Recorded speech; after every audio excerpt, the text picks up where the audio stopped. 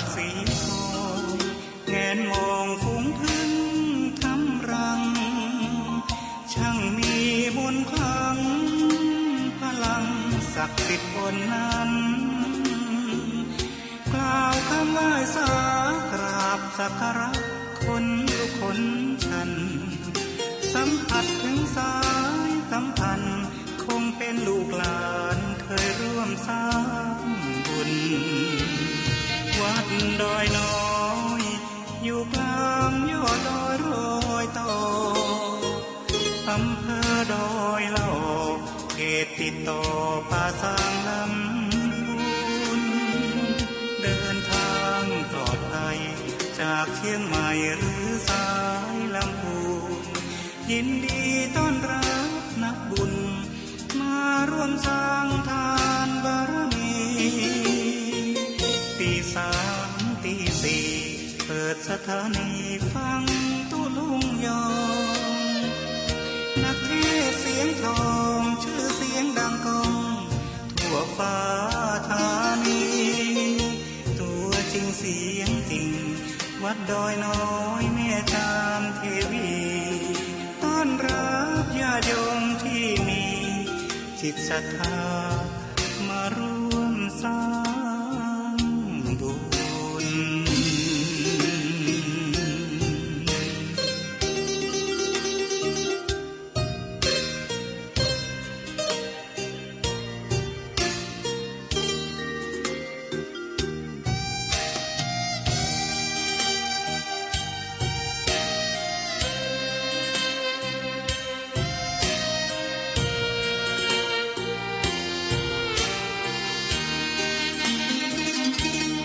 วัดดอยน้อ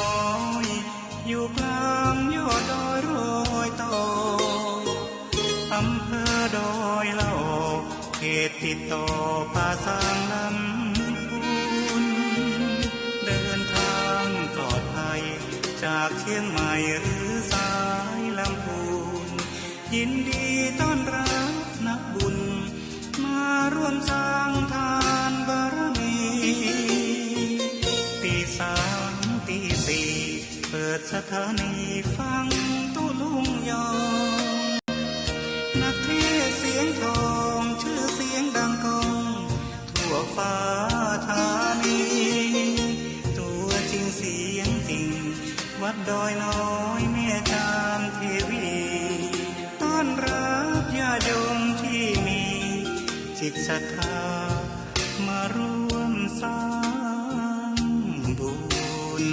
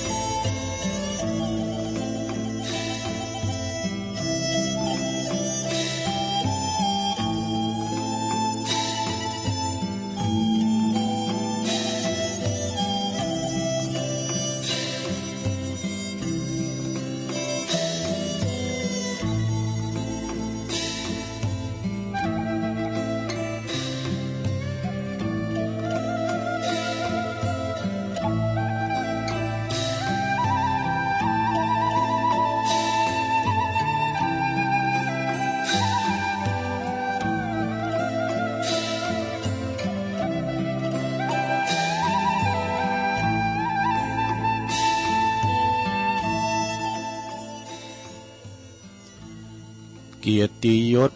มีมาเพราะหน้าที่อำนาจมีเพราะตำแหน่งเขา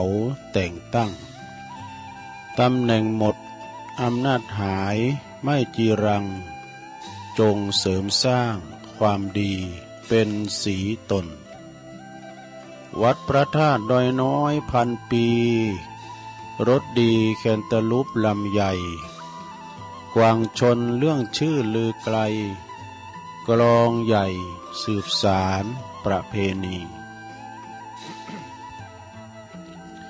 ตื่นเจ้าขึ้นมายิ้มแย้มแจ่มใส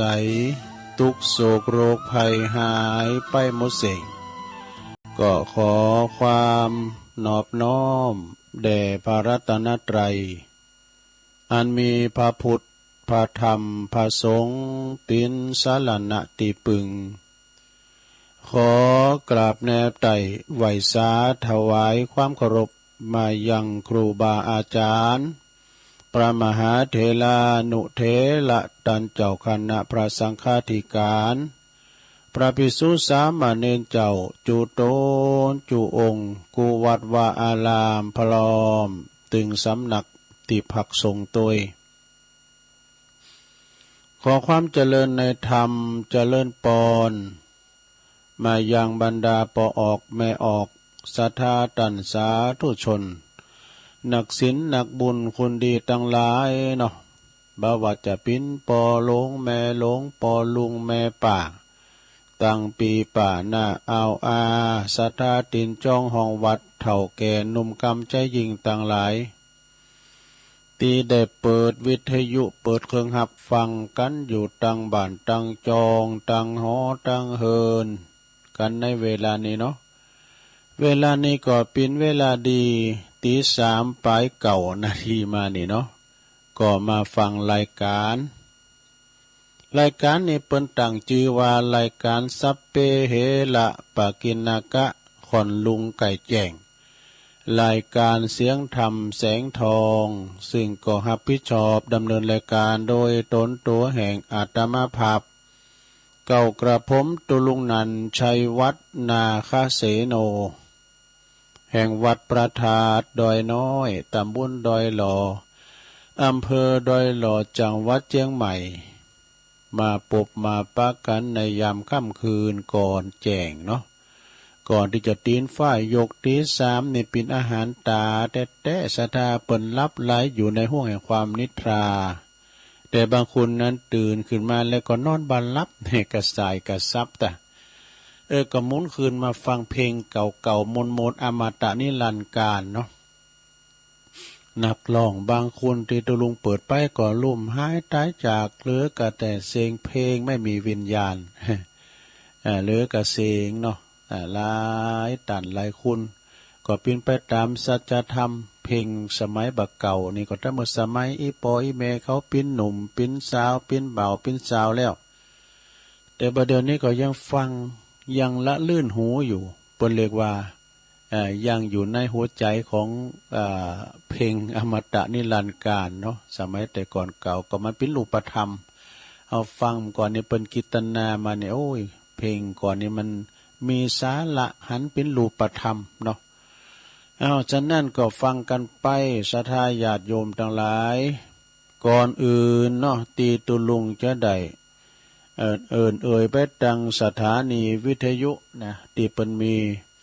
บุญต่อโสดประสาทของเฮาเนี่ยฟังกันถึงจองถึงบ้านตุลุงก็จะนำไหวพระกันเน้อ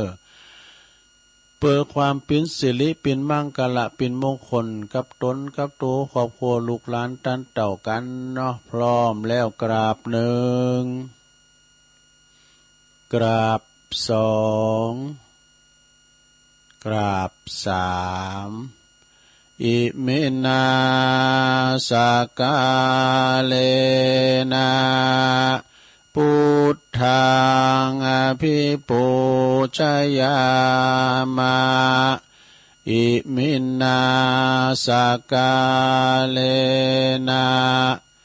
ธัมมังอภิปูชยามะอิมินาสกาเล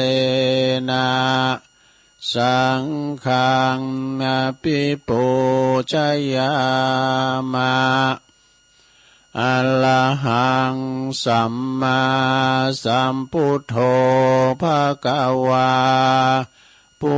ทธังภะคะวันตังอภิวาเทมิสวากขาโตภะคะวะตาธัมโมธัมมังนัมมัสสามิสุปฏิปันโนภะคะวะโตสาวกสังโฆ สังฆังนะมามินะโมตัสสะภะคะวะโตอะระหะโตสัมมาสัมพุทธัสสะนะโมตัสสะภะคะวะโตอะระหะโตสัมมาสัมพุทธัสสะนะโมตัสสะภะคะวะโตอะระหะโตสัมมาสัมพุทธัสสะอิติปิโสภะคะวะอะระหังสัมมาสัมพุทโธวิจจาจารณะสัมปันโนสุขโตโลกวิโตอนุตตโลปุริสตัมมาสาลาติสัทธาเทวะมนุสสานังพุทโธภควาติสวากขาโตภควตาธัมโมสันติติโกอากาลิโกเอหิปัสสิโกโอปันนยิโกปัจจตังเวทิตาโปวินโยเหติสุปฏิปันโนภะคะวะโตสาวกสังโฆอุจจุปฏิปันโนภะคะวะโตสาวกสังโฆญาญะปฏิปันโน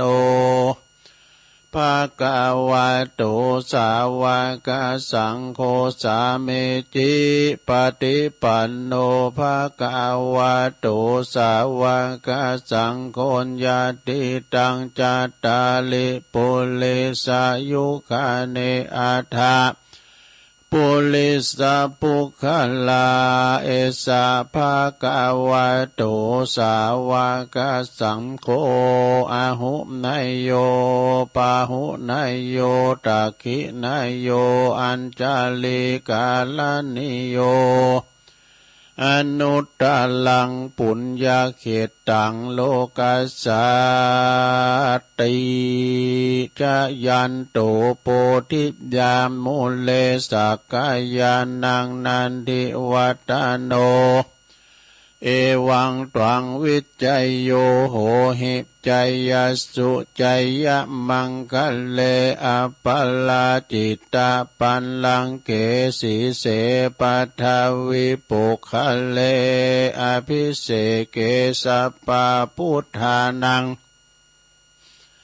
อากาปะโตปัมโมตติสุนักตังสุมังกลังสุปาปาตังสุโหติตังสุขันโนสุโมโหโตจะสุยิถังพลัมมาจาลิสุ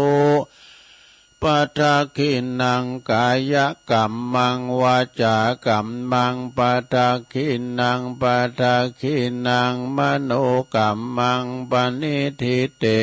ปัทคินาปัทคินานิกาตวันนะลาพันตเถปัทคิเน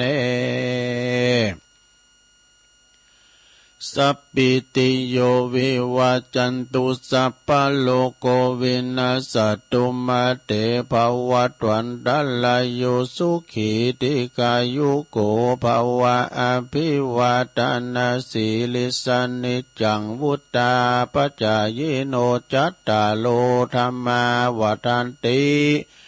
อายุวันโนสุขังปะลังเอาแล้วศรัทธาญาติโยมทั้งหลายตัวลุงก็เป็นเก้าเป็นโหนำสวดมนต์ไปเป็นตีเรียบร้อยขอกุณพระติตาไหลลัตนะผ่านแผ่วพระแก้วเจ้าทั้งสามประการเนาะจงได้ดลบันดาลมาปกป้องคุ้มครองหักษาวัดวาอารามโขงแก้วทั้งสามพระสงฆ์องค์สัมมาเนรเจ้าครูบาอาจารย์อยู่กับวัดกับวาเนาะเผยแผ่สัจธรรมคำสอนขององค์พระสัมมาสัมพุทธเจ้าขอให้งอกงามไพบูรณ์ในพระศาสนาสืบทอดศาสนากันไปใจเนาะปินเนอร์นาบุญศรัทธาได้มาสักการะปูชากราบไหวเนาะ อออกไม่ออกศรัทธาก็เหมือนกันเด้อขอเหือมีสุขภาพพลานามัยสมบูรณ์แข็งแรงเนาะได้ปินลมโพลมใสของลูกของหลานปินตีปรึกษาของลูกของหลานเขาเกิดมากำลุนตาเยบะใจใส่บะถูกก่อนแหน่น้ำบอกกล่าวตักเตือนเขาไปนะตุลุงก็ขอปิ้นกำลังใจอีปออีแม่ที่เดินเหินไปไหนมาไหนบ้าใดติดต่างติดเตงก็ขอเอานำทำคำสอนเอาวิทยุปิ้นกูปิ้นกีมเนอะลงเนอะฟังนำฟังทำไปมันจะมีตั้งแต่เวลาเนี่ยปิ้นตุนไปซะนะตีสามถึงปุ่นเข้านอนปุ่นนะหมุนไปล่ะฟังว่ามันจะมีเปิดเตอคืนบุญคืนธรรมนี่นะบ่ว่าจะเป็นคืนดอยสุดเต็บเก่าฮกก็ดีคูบาอินทรก็ดีนะหลายตีหลายต่างเนาะคืนบุญเฮานี่จะนั่นวันนี้สดาญาโยมทั้งหลายในว่าเวลาตอนนี้ก็ตุลุงจะไปตังสถานีไปก็ยาวไปขอไปตังสถานีวิทยุในเครือข่ายที่เปิ้นหับสัญญาณสัญญาณรายการชงเวลาตั้งแต่ตี 3 ถึง 5 โมงขอบคุณสถานีวิทยุคลื่นพระพุทธศาสนาการศึกษาและวัฒนธรรมของวัดไฟหินFM 104.50 เมกะเฮิรตซ์โดยเมตตาบารมีธรรมอาจารย์พระครูสมุวิศวัตวรกิจโจนะองค์ขลงในเมืองก็ฟังกันตั้งแต่ตุลุงทองมาแล้วคืนหงบ่ดึมปิดหรอก็ฟังกันไปขอบคุณสถานีวิทยุคณะสงฆ์อำเภอฝางตั้งอยู่ที่วัดพระบาทอุดมนำบ่อซาวาสำนักวิปัสสนา FM 100.25 เมกะเฮิรตซ์โดยเมตตาบารมีธรรมพระเดชพระคุณหลวงปู่พระครูสุจิตานุรักษ์หลวงปู่ใหญ่เจ้าคณะอำเภอฝางขอบคุณตุปีเจริญโชติธรรมโมตุปีอมรเทพอุปสันโตอุดเถินตุปีโจขอบคุณสถานีวิทยุแดนดินถิ่นล้านนาตั้งอยู่ที่บ้านโฮงงัวตำบลนำบ่อหลวงอำเภอสันป่าตอง FM 103.50 เมกะเฮิรตซ์โดยคุณรุจิสมบัติเงาคำเจ้าของสถานีขอบคุณสถานีวิทยุคลื่นธรรมะของชุมชนวัดห้วยตองสักตำบลขงเปาอำเภอจอมทอง FM 98.75 เมกะเฮิรตซ์โดยเมตตาบารมีธรรมอาจารย์พระครูวาปีวรมานิตท่านพระอาจารย์ชาวลิชัยวังโสโซนไต่ซ้ายแต่ก็ฟังกันแต่เพลงมาแล้วนะขอบคุณสถานีวิทยุมนต์เสียงธรรมจากอำเภอแม่แจ่มวัดบุพาราม FM 106.25 เมกะเฮิรตซ์โดยเมตตาบารมีธรรมหลวงพ่อใหญ่หลวงพ่อพระครูวิสิทธิ์มงคลวิสิทธิ์นะฮะเจ้าคณะอำเภอแม่แจ่มแล้วก็ขอบคุณท่านพระครูปลัดอุทัยตึง2อุทัยตัวยขอบคุณสถานีวิทยุเน็กเดียวเรดิโอ FM 96.75 เมกะเฮิรตซ์ตั้งอยู่ที่บ้านโจงตำบลทุ่งกวาวห้างหุ้นส่วนจำกัดอนุสรณ์เรดิโออำเภอเมืองปานจังหวัดลำปางขอบคุณสถานีวิทยุชุมชนคนเหนือเขื่อนตั้งอยู่ที่บ้านดงดำอำเภอฮอดจังหวัดเชียงใหม่ FM 90.75 เมกะเฮิรตซ์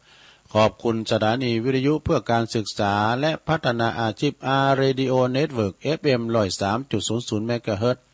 อำเภอเมืองจังหวัดลำปางโดยคุณอนุพงษ์ตาจินนะขอบคุณสถานีวิทยุเรดิโอเน็ตเวิร์ก FM 99.50 เมกะเฮิรตซ์วิทยาลัยเทคโนโลยีเพื่อการจัดการกฟผแม่เมาะลำปางนะขอบคุณสถานีวิทยุมหาวิทยาลัยสงฆ์นครลำปางวัดบุญญวาสวิหารโดยเมตตาบารมีธรรมหลวงปู่พระราชธรรมาลังการ FM 106.50 เมกะเฮิรตซ์พี่น้องต่างลำปางก็ฟังกันหนักกันหลายนะขอบคุณนั่นฟ้าเรดิโอคุณลุงนิรันดร์ปันดอนตอง FM 100.25 เมกะเฮิรตซ์ตั้งอยู่ที่บ้านป่าแดดนะป่าแดดในเมืองเชียงใหม่เนาะเอาละอันนี้เป็นรายการสถานีนะขอบคุณทางเจ้าหน้าที่ดีเจทั้งคฤหัสถ์ญาติโยมและพระคุณเจ้าที่เปิ้นคุมเสียงนะเปิ้นก็ไม่ได้รับเฮาก็ไม่ได้รับหลวงโอ้ยกันมีเปิ้นก็เกี่ยวสัญญาณเฮาก็ไม่ได้ยินนะตัวลุงเจ้าอู่มนปันได้ก็ตามตึกห้องสี่เหลี่ยมเนี่ยมาดึงผิวปานไหนกับเปิ้นแตะสัญญาณเขานะตัวลุงตื่นมาตัวลุงก็ตัดสัญญาณเนาะเข้าไปที่วัดปากทางเจริญอันนั้นโหดจ่ายใหญ่ลูกโ โหจ่ายไปทางเมืองฝางจ่ายไปทางองค์คาลงในเมืองจ่ายไปทางเวียงป่าเป่าเอกอะทางลำปางทางเมืองลี่ทางแม่แจ่มเนี่ยนี้นะจะได้ก็ฟังกันไปวันนี้มาพบมาปะกันในวันพฤหัสบดี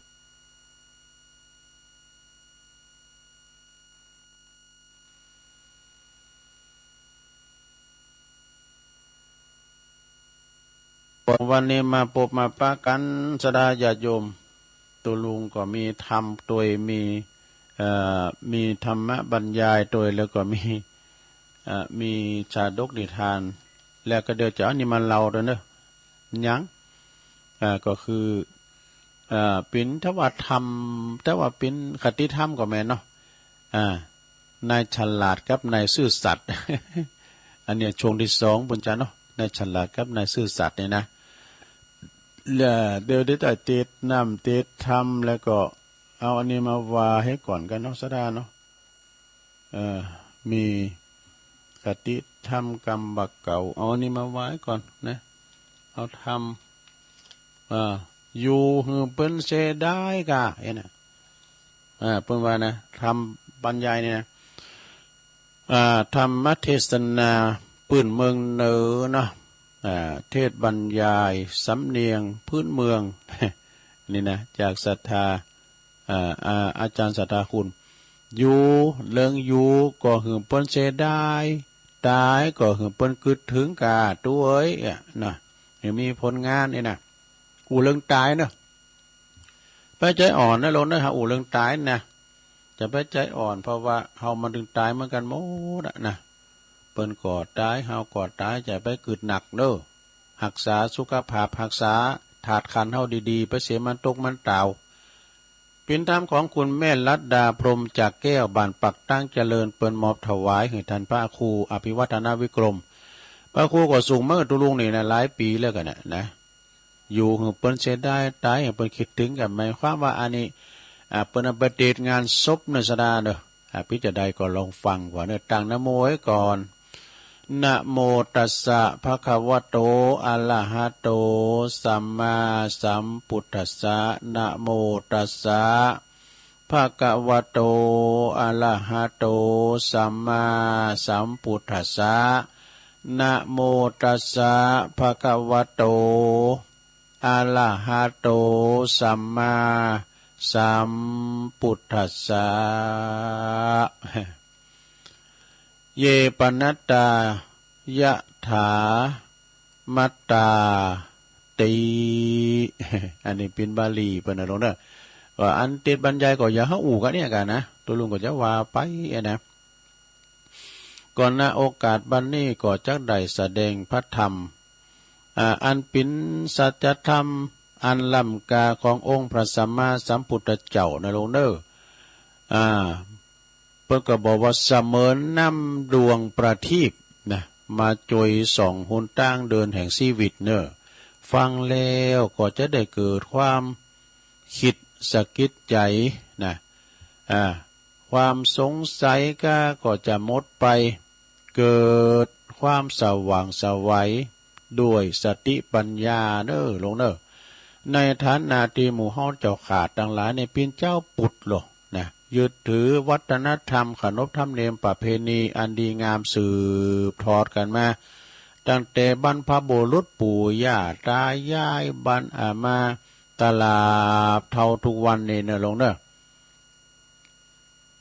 เปิ้นว่าพ่อแม่ตายมันจะได้เตาฮีดนะกะเนาะโดยเฉพาะก็อย่างยิ่งนะคุณบ้านคุณเมืองเฮาเนี่ยคุณปืนเมืองเลยนะคุณปืนเมืองล้านนาของเฮานี่เมื่อว่ามีเหตุการณ์มรณะตายไว้ชนไปนะพัดพากจากกันไปคุณนั้นจะอยากดีมีจนอย่างใดก็ตามเถอะก่อนที่จะเอาสรีระลางไปเผาไปชาปนกิจไปเผาไฟนี่เจ้าภาพเคยญาติพี่น้องก็จะต้องนึกถึงคำว่าทำบุญนี่ลงเนอะนอกนึกถึงว่าทำบุญก่อนอื่นได้ทั้งหมดเนอะทำบุญเนี่ยทั้งที่คนที่เปิ้นตายไปนั่นน่ะขณะที่เปิ้นมีลมหายใจอยู่ เขาก็บ่เคยเข้าไปทำบุญหยังซักเตยนะเนาะลูกเนาะหรือว่าบ่เคยเข้ายกมือไหว้บ่เคยไปฟังธรรมฟังเทศน์หยังสักครั้งเดียวก็ตามเถอะผู้ยังอยู่เนี่ยแต่ผู้ยังอยู่ญาติพี่น้องเนี่ยอยู่เบื้องหลังนี่ก็จำเป็นที่จะต้องทำบุญไปตามจารีตประเพณีเฮานะฉะนั้นนี่บรรดาสาธุชนต่างหลายเมื่อมีการตายเกิดขึ้นจึงไปนิมนต์ประสงค์องค์สังฆเจ้ามาทำพิธีสวดมาเทศน์น้ำเทศน์ธรรมเพื่ออุทิศบุญให้คุณตายเพื่อว่าจะให้ได้คุณตายได้ฟังลืมได้ฟังก่อนหัวนะต้องคิดเอาละ ขอหือศรัทธาพ่อแม่พี่น้องเนาะที่ได้ฟังอยู่ขณะนี้ก็ต่างอกต่างใจฟังในโอกาสต่อไปในลำดับต่อไปนี้ตุลุงก็จะได้กล่าวถึงเรื่องตายเนี่ยเป็นนั่นมรณสติเนสดาเนาะนะเฮาคุณเฮานี่ทุกคนนี่ผู้ทุกคนทุกท่านนะเมื่อได้ยินได้ฟังคำว่าตายเนี่ยก็พุทโธสะดุ้งตกใจเนอะสะดุ้งตกใจเพราะเป็นการเป็นอันกำบ่สดชื่นลื่นหูนะเป็นอัปมงคลบ่เป็นสิริมงคลแก่การนั้นได้ยินได้ฟังว่ายิ่งคนที่เปิ้นลุ่มหายตายจากนั้นเป็นเคยญาติพี่น้องเฮาเกี่ยวข้องเป็นวงศาคณาญาติเฮาก็ตามตัวนะเป็นที่เคารพนับถือก็เสียใจเศร้าใจหดหูใจก็มีนะไผพองอยากจะไปตายนะไผก็ไม่ใครตายตุลุงก็ไม่ใครตายเนาะ แต่ตรงกันข้ามก็อยากปิ้นเหมือนกันนะหมดนะอยากปิ้นอยากอยู่แทบกันทุกคนเพราะธาตุแท้ของคนเฮานี่อยากอยู่กันแล้วอยากอยู่อยากปิ้นเจ้าปิ้นนายนี่อยากจะมีเป็นผู้ที่มีเกียรติมีจือมีเสียงอยากจะให้คนทั้งหลายยกย่องสรรเสริญอยากเด่นอยากดีนี่อยากจะเป็นเศรษฐีเนี่ย อยากจะเป็นเศรษฐีร่ำรวยเงินทองบางผ่องนี่ฝันไปปรารถนาเล่อเลิศอยากจะไปเกิดเป็นเทวดาวะเนาะ บุญสงสวรรค์นี่ก็มีนะใครเป็นเทวดาเนาะจะปรารถนาภาถนาอย่างใดก็ตามเด้อญาติโยมทั้งหลายขอให้สาธุชนญาติโยมทั้งหลายติดตามเรื่องตายจะได้มีคนหักนี่นะเพิ่นว่านะเวลาเฮาลมหายใจจากก็จะมีคนหักเป็นลำดับต่อไปกรรมว่าตายนั่นน่ะสระมีความหมายกว้างขวางพอสมควรเด้อสรุปพอเข้าใจก็จะนึกถึงสิ่งที่ไล่วิญญาณไปแล้วนี่นะไล่วิญญาณไปแล้วสิ้นลมหายใจหมดความหูซึกหมดหนาวเย็นเจ็บป่วยเมื่อยไข้ก็บ่ฮู้ละนะความจริงนี่เปิ้นว่าความจริงแล้วนี่ทางพระพุทธศาสนาเปิ้นกล่าวไว้ว่าอีนะลงเด้อมนุษย์คนเฮานี่นะถึงจะยังมีลมหายใจอยู่ก็ตามก็ได้ชื่อว่าตายไปเหมือนกันบ่หั่นตายไปเตือนหน่อย เพราะอายุวัย เพราะอายุวัยแห่งการเปลี่ยนแปลงไปตามกาลเวลาจากละอ่อนนอนนอนเปตัวแดงตายจากเด็กทารกก็มาเป็นเด็กโตเนี่ยตายจากเด็กโตก็มาเป็นวัยรุ่นมาเป็นวัยหนุ่มวัยสาวเนี่ยมันตายจากละอ่อนเป็นคนใหญ่เนาะตายจากวัยรุ่นหนุ่มสาวก็มาเป็นวัยกลางคน มาเนี่ย เป็นวัยกลางคนแหละโยมนะตายจากวัยกลางคนแล้วก็มาเป็นวัยแก่ชรา วัยเฒ่าวัยแก่ตุลุงเขาเนี่ยไง วัยแก่วัยชราเป็นสภาวะเช่นนี้ทุกคนเนี่ยศรัทธา เหมือนกันหมดบ่มีไผสามารถยุดยั้งอยู่คงตีได้เอาหมอเอียน16-17เนี่ยนะมันหล่อมันเล่ามันลึงมันงามอยู่นะไปแก่เน้อมันก็ยังแก่อยู่เนาะบ่สามารถตีบ่สามารถเปิดจะมันคงสภาพเดิมเหมือนวัยเด็กได้เนาะแล้วก็วัยหนุ่มวัยสาวได้นะมันก็ถึงเข้าแก่เพื่อถึงวันดังบาลีเปิ้นกล่าวรับรองไว้ว่าอัจจยันติกาลันตละยันติลัตติโยลัตติโยนะวาโยคุณาอนุปุพังชหันตินะเป็นแปลเป็นไทยแปลว่าวันคืนล่วงไปกาละเวลาก็ยอมผ่านไปชีวิตเฮาชีวิตวัยยอมลันรับไปดังนี้นะก็คือหมายความว่าเฒ่าไปกันเปิ้นบอกว่าพ่อแม่ญาติโยมอุบาสกอุบาสิกาตั้งหลายเนี่ย คงเข้าใจแห่งความจริงเป็นสัจธรรมบ่มีข้อสงสัยแม้แต่อวัยวะในตัวของคุณเฮาเนี่ยนะเช่นผิวพรรณวรรณะเนาะผิวหนังที่เกยเต่งตึงพุทธผ่องพินย่องใหญ่เนี่ยหน้าหักหน้าทนุถนอมก็กายนะกับกายเป็นเหี่ยวย่นไปนี่ย่อนยานตกกระผมบุญหูเฮาเกยดกดำงดงามนะหลวงเนอะ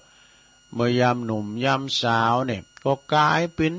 สีขาวเหมือนดอกเหล้าเนาะถึงจะเอาคืนนะถึงจะเอาสีมายอมจะคือก็ตามเถอะเนาะมันก็เพียง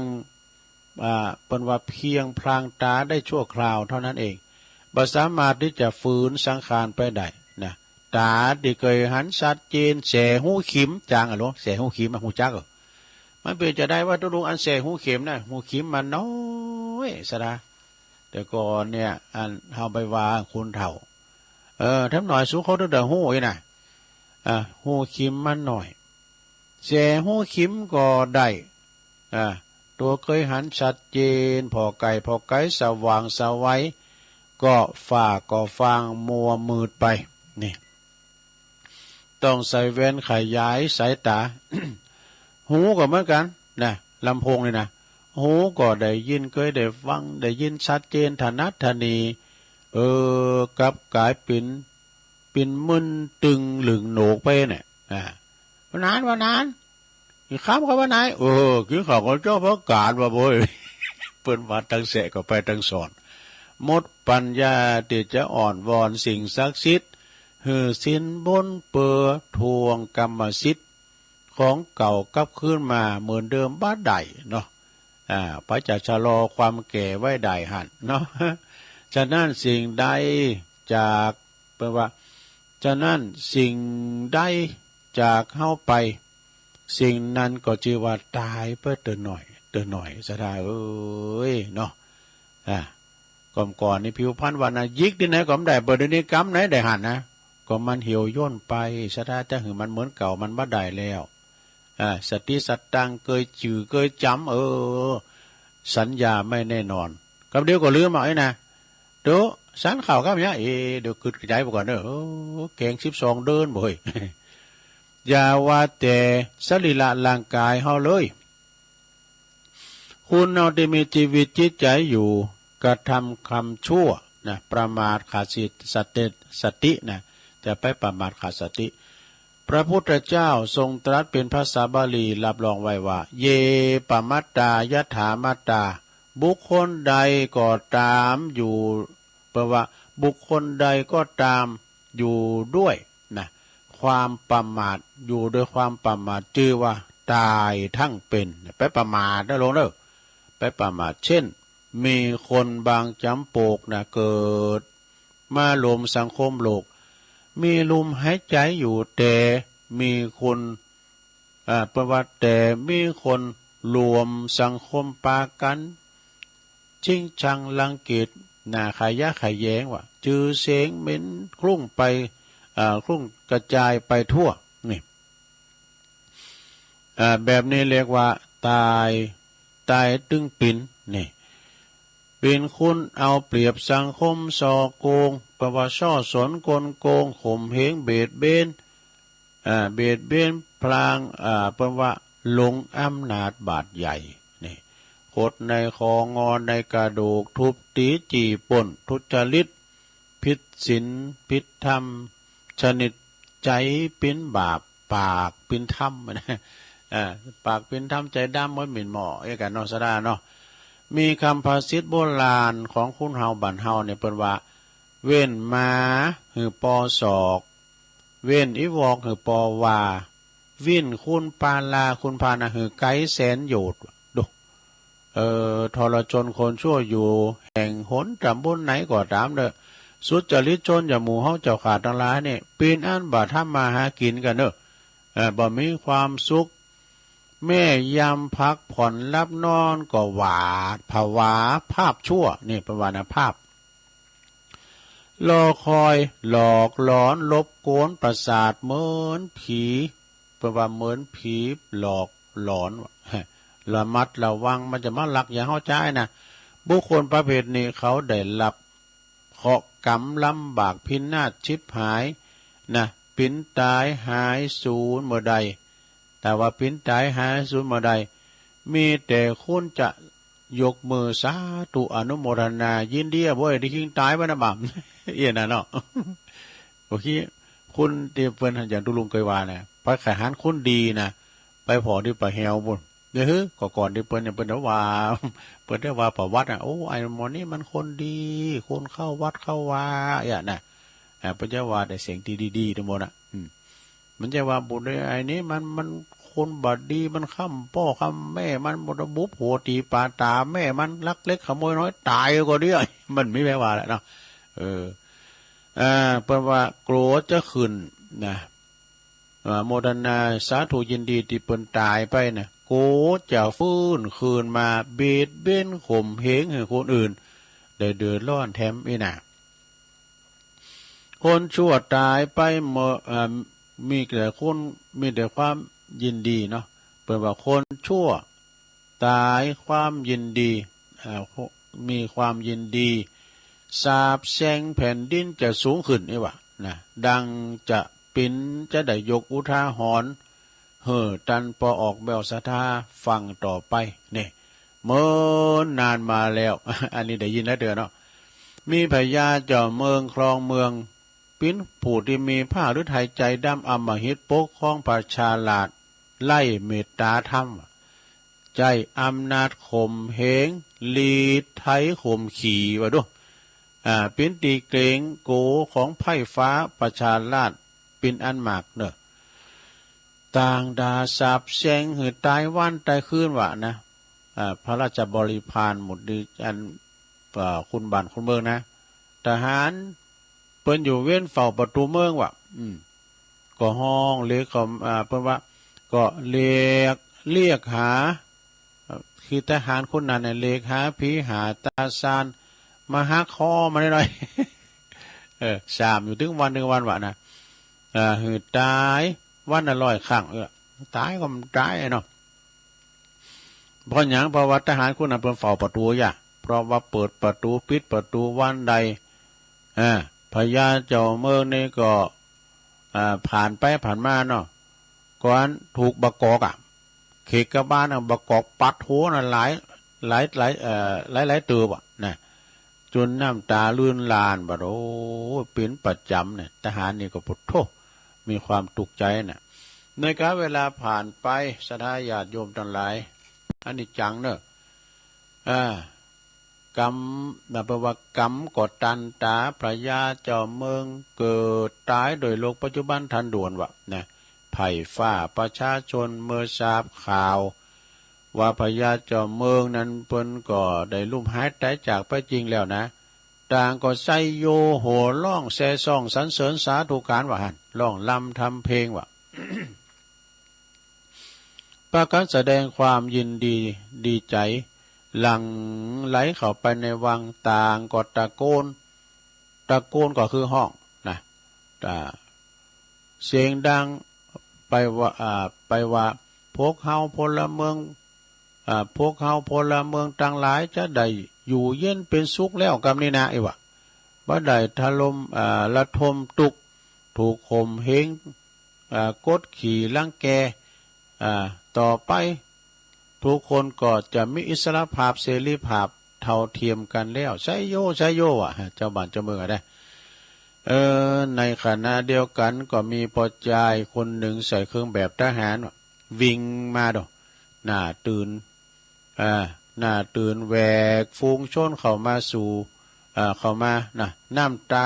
แปลว่าหน้าตาตื่นนะทหารคนนี้นะวิ่งแหวกฟูงชนมาหน้าตาตื่นหายใจกับแปลว่าหายใจกระหืดกระหอบโลกเข้ามาในท่ามกลางฟูงชนแล้วก็ห้องให้สะอึกสะอื่น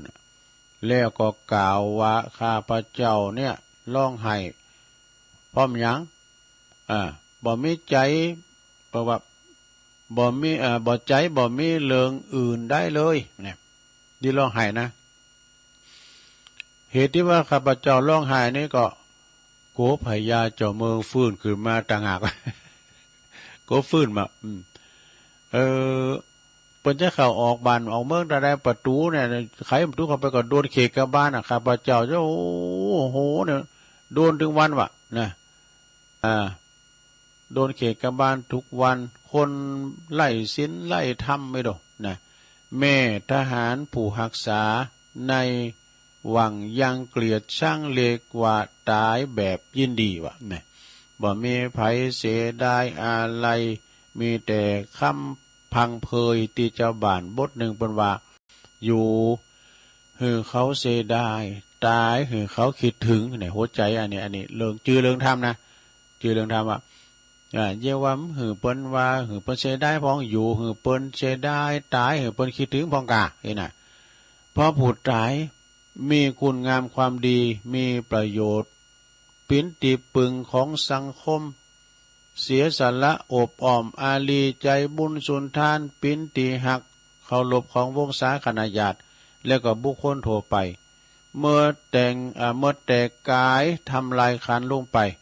ต่างคนก็จะอะไรเสียใจเศร้าโศกเสียใจกันกะเนาะเปิ้นจะอะไรกันต่างพรำพรรณนาถึงคุณงามความดีนะบ่เหิดหายพร้อมอุทิศบุญกุศลส่งเหอดวงวิญญาณไปสู่สุขติเนอะนี่เปิ้นว่านี่คือคนดีตายแต่ว่าร่างกายแต่ว่าลางตายแต่ลางแต่ความดีบ่ได้ตายไปตุยเนี่ยบาลีเปิ้นทำบทบำวาหยังก็รูปังชิรติมัจจันนังนามโคตตังนชิรติเนี่ยร่างกายย่อมย่อยยับไปส่วนชื่อเสียงโคตระกูลบ่สูญหายไปไม่นี่สาธุชนคนดีทั้งหลายนะทุกคนเนี่ยก็ได้ต้องตายเหมือนกันหมดแต่ต้องตายแบบมีเกียรติมีประวัติมีเกียรติประวัติอันดีอันงามฝากไว้ในโลกไว้เป็นอนุสรณ์ในโลกนี้เนอะนะความดีบ่ใจอยู่ดีเนิ่นหนังเนอะหากอยู่ดีการกระทำมีศีลมีธรรมที่ทุกคนได้กระทำได้สร้างไว้เป็นมรดกในโลกนี้นะดังที่ตัวลุงได้แสดงพระธรรมเทศนามานะก็คงจะหันว่าพอสมควรแก่กาลเวลาเนาะก็ขอสมมุติยุติลงปรุงไว้เพียงเท่าอีเอวังก็มีด้วยประกาศนีสาธุสาธุสาธุจบลงไปลง เสียงก็บ่ค่อยดีนะมีอาแฮมอาไฮนะเนาะลงเนาะเอาน้ำบุญมาแกมวันนี้เหมือนกันนะก็ขออนุโมทนาเนาะครับเจ้าภาพวันนั้นก็ไปเขากำตีธรรมวิมลธรรมวัดวิมลบางคลารามน้องสมณะบุญนะก็ต้องขอบคุณเนอะพี่น้องศรัทธาตะปุนประกอบปิ้นการถึงสังฆครูบาอาจารย์โดยมีเมตตาบารมีธรรมท่านพระครูวิรุณสุตตการเจ้าคณะตำบลนครเจดีย์เขตหนึ่งวัดน้องสมณธาดาปินเก้าปินกันแล้วก็มี ท่านพระครูอาจารย์วัดวิสุทธ์อันนี้เป็นปิ้นเจ้าอาวาสวัดตาตุ่มหลวงเป็นมาปิ้นประธานนะท่านพระครูพิสุทธิ์ธรรมสุนทรตุปีธรรมวัดบ้านใหม่กับหม่อมทองพร้อมกับครูบาอาจารย์เศร้าไปซะนะออกกรรมที่หันก็ปิ้นตาดีมนต์ในงานนะมันป้อนหนาวสะดือก่อนหนาวเป็นวันเนาะเป็นปิ้นกันดีเฮ้ยตึงคณะพระสงฆ์ตึงไปในตึงไปนอกไปในก็ครูบาอาจารย์ก็ลุงม่ามเจ้าโอ้ปิ้นว่าเปิ้นจวยกันบางสกุลดิบกาไปปันปอนกายนะขันเข่าก็บตุมมากันอยู่เรื่องนะมากันอย่างกองทัพงูเห่าเนาะยกเข่ายกออกยกเขาเปิ้นก็กินก็ตานกันแต่ตานหายาติกาวงศาตุเจ้าทั้ง4-5ตุนหมูเข้าหมูออกเรียกใช่ไหมก็ต้องขอบคุณเน้อตังปหลงการลุนแก้วเซ็งปหลงวงเขานี่นะพร้อมกับตังทันปุดโจยก็ปหลงแก้วนะลงมาแดงเขาเนี่ยตังทันพอหลายหมู่หลายคณะนอที่เปิ้นปิ้นกันแม่บ้านโดยนะถวายการต้อนรับครูบาอาจารย์ปิ้นอย่างดีก็ขออนุโมทนาเน้อเรียบร้อยผ่านไปเนาะก็มีเจ้าภาพกับวันนั้นนะเปิ้นก็ว่าจะเตดน้ำเตดธรรมก่อนขอฝากซองให้หน่อยเด้อนะมี3ซองก็มีแม่น้อยกาดนัดเด้อแม่น้อยกาดนัดนี่เปิ้นก็ไปฟังธรรมแล้วเปิ้นก็ไปเข้าไปหาตัวลุงหันแล้วว่าตัวลุงอันนี้หอมการทำเด้อ108 บาท เปิ้นก็บอกว่าแต่ต้านไปหาปอดเจริญมูลรังสีอันนี้อดีตสามีกาเปิ้นนะกูข้างเตรียมคิงเปิ้นเนาะปอดเจริญมูลรังสีแล้วก็ต้านไปหาแม่หลงไหลแม่หลงไหวพวกนี้นะแม่ก็คิดบ่ใครสัตว์เท่าใดนะแล้วก็หลงใจโดยนะว่าหลงหมูหลงใจแล้วก็แม่หลงถากันนะมูลรังสีแล้วก็แม่หลงด่ากันนะมูลรังสีเนอะ108 บาทก็ขอบุญกุศลไปหอดไปเติงตันยังเขาเจ้าตังลายเนอะแม่น้อยเอ้ยแม่น้อยกาดนัด แล้วก็มีครอบครัวของคุณแม่แตงอ่อนชมพูเทพนะน้องสมณัตใต้แม่แตงอ่อนก็มาถึงวันปุตโตบนก็สอบเป่าเมื่อดูลุงปิ้นอันนี้ทรงเนอะก็อาจารย์ชนะก็เลยเอาไปใส่ฟักหมุนมา ดูได้นะเอามาใส่ฟักหมุนมาบองหอมฟองหัวขาจะคล้ายเอกก็เอาอันกระสอบเก่าของแม่แตงอ่อนนั่นแม่แตงอ่อนเนอะเป็นสรรหามาจับปะเดี๋ยวเพิ่นเอามาใส่น้ำแก้วพองฟักหมุน อาจารย์ชนะขอบคุณอาจารย์ชนะด้วยเนอะแม่แตงอ่อนชุมพูเทพก็น้ำ1 ซองน้องสมณะใต้แม่บัวลมมาปินตานะแม่บัวลมนี่ก็เพิ่นก็อยู่น้องสมณะนะมันก็มาใจใส่ห่างโคดาโคก็อย่าวันคำเนอะแม่สอนเขาก็นี่หลายผู้หลายคุณที่เปิ้นมากันฉันบอกก็โอ๊ตเข่าบ่ รวมทำบุญน้ำ1 ซองเนอะถวายตัวลุงนันนี่เนาะแล้วก็แม่ไข่แก้วว่าเพิ่นก็ตีทำไปละอันนี้ก็การไปหาญาติกาวงศาเด้อเนาะทำบุญกันน้ำกับไฟแม่ไข่แก้ววงคำน้องสมณะนะเพิ่นน้องสมณะว่าบุกก็หาเด้อเพิ่นก็มาทำบุญด้วยเอาละสาธุญาติโยมทั้งหลายเอาปอนด้วยกันกันเนาะสัพพิติโยวิวัจจันตุสัพพะโลโกวินาศตุมาเตภวัตวันตรายโยสุขีติคายุโกภวะอาภิวาทนาสีลิสานิจังวุธาปัจจายโนจัตตาโลธรรมาวัฏันติอายุวันโนสุขังปะลังเอาแล้ว ว่ากันไปศรัทธาญาติโยมเนาะแล้วกันไปเป็นวันบางเติมบางทีตุลุงก็ว่าเก่าพ้องอันใหม่พ้องก็สลับซับเปลี่ยนกันแต่ว่าความจริงตุลุงมาสดกูกรรมนะแต่บางทีก็เอาโต๊ดจ่วยพังถึง2 ชั่วโมงกันนะลุงเนาะช่วยกันพองเด้อต่อไปเอานี่มาว่าก่อนเรื่องดาบท500ออกบวชเป็นพระ แต่เราศรัทธาได้ฟังกันเนาะยาวพร้อมกันเด้อก่อยว่าไปเนาะในคราวนั้นในเมืองโกสัมพีนะโกสัมพีนี่มีเศรษฐี3 ตระกูล3 คุณนะเศรษฐี3 ตระกูลนี่เป็นคนที่มั่งคั่งโดยเงินคำเขาแก้วแหวนเงินทองหมดนะคือมันมีไผ่พองโคสกะเศรษฐี1กุตตะเศรษฐี1 บริปาวาลิกเศรษฐีหนึ่งเนี่ย3 เศรษฐีเนี่ยเป็นคุณมังคังเนอะอยู่ที่เมืองโกซัมปีลำรวยเงินทองนะก็พอไก่เขาวาสามาแล้วเนาะเศรษฐีถึง3นะก็ได้ไปหันดาบทถึงมดเนี่ยพกดาบทถึงมดเนี่ยก็คือ500 องค์ดาบทก็คือก็คุณที่เป็นโบสถ์เป็นฤาษีจีไพไงกะเปิ้นมาออกจากป่าหิมพานต์นะแล้วก็เข้าไปเที่ยวกุมเขาบิณฑบาตอยู่ในเมืองเนอะก็เกิดความเหลื่อมใสเนอะเศรษฐี3 คนเลยนะก็เลยสร้างบรรณศาลาไว้เปิ้นจำวัดสาขอนิมนต์ครูบาอาจารย์ถึง500เนี่ยจำวัดสาที่นี่เด้อนะจำวัดสาที่เนี่ยมันข้าพเจ้าทั้งหลายจะได้มาอุปถากอยู่ตลอดพรรษาเด้อนะแล้วดาบทเหล่านั้นจึงกลับไปสู่ป่าหิมพานต์นะพอถึงฤดูฝนมาดำแล้วนะ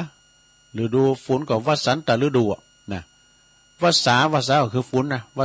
สันตฤดูพอถึงฤดูฝนก็มาเข้าวสาอยู่ที่ไก่เมืองโกสัมพีแถมแน่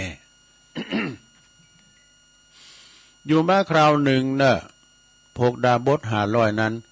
ก็ออกไปบิณฑบาตออกเดินทางจากป่าหิมพานต์แล้วพากันไปพักที่ตุนไม่ให้พระอาจารย์เน้นหลักบอกว่าต้นนิโคตนิโคตก็คือไม้ไทรก็คือไม้ให้ดูวัดนิโคทารามก็คือวัดไม้ให้เพิ่งก็มาจากหิมพานต์เนาะป่าหิมพานต์มาพักกิจต้นไทรใหญ่ต้นหนึ่งว่ะต้นไทรต้นไม้ให้ใหญ่นะหุมมันกว้างใช่ไหมไส้มีหลายอย่างนะไส้ย่อยก้าเนี่ยไส้ย่อยไปพอที่วัดปักตั้งแกเลยนะเรามันมีหากย่อยลงมาเป็นที่งามเลยไปนับได้พองหากมันมันย่อยลงมานะดาบทถึง500นั้นก็คือว่าไปพักอยู่ที่ต้นไม้ไทรต้นหนึ่งนะแล้วก็ดาบทองค์ใหญ่ผู้ปิ้นหัวหน้านั่งจึงคิดว่าต้นไม้ใหญ่ไม่ลงกันมีผีก็มีนกเก่าเนาะมาลำเปิงว่าเฮาจักก็ไม่ใหญ่ไม่ลงนี่ถ้าแต่มีเทวดาคุ้มของลูกค้าเทวดาผู้มีศักย์ใหญ่อาศัยอยู่แน่นอนนะถ้าอย่างนั้นอย่าช้าเลยอย่าช้าย้ายพี่เกมแล้วถ้าอย่างนั้นนี่เฮาจะตักเทวดานะเฮาจะขอนะถ้าว่าเทวดามีจริงนะข้าได้เทวดาเป็นเจ้าถ้าเทวดาไม่จริงขอดื่มน้ำพวกเสร็จพวกอันฤาษีกันเลยนะขอน้ำได้กินน้ำกันเลยนะเทวดาตุนไม่ใส่ในก็เลยบันดาลน้ำเดือดไหลนะไหลออกจากกิ่งไม้ให้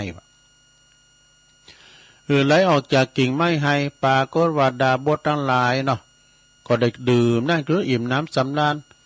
ดาบทองค์ใหญ่ผู้เป็นหัวหน้าก็จึงนึกอยากจะอาบน้ำนะวะ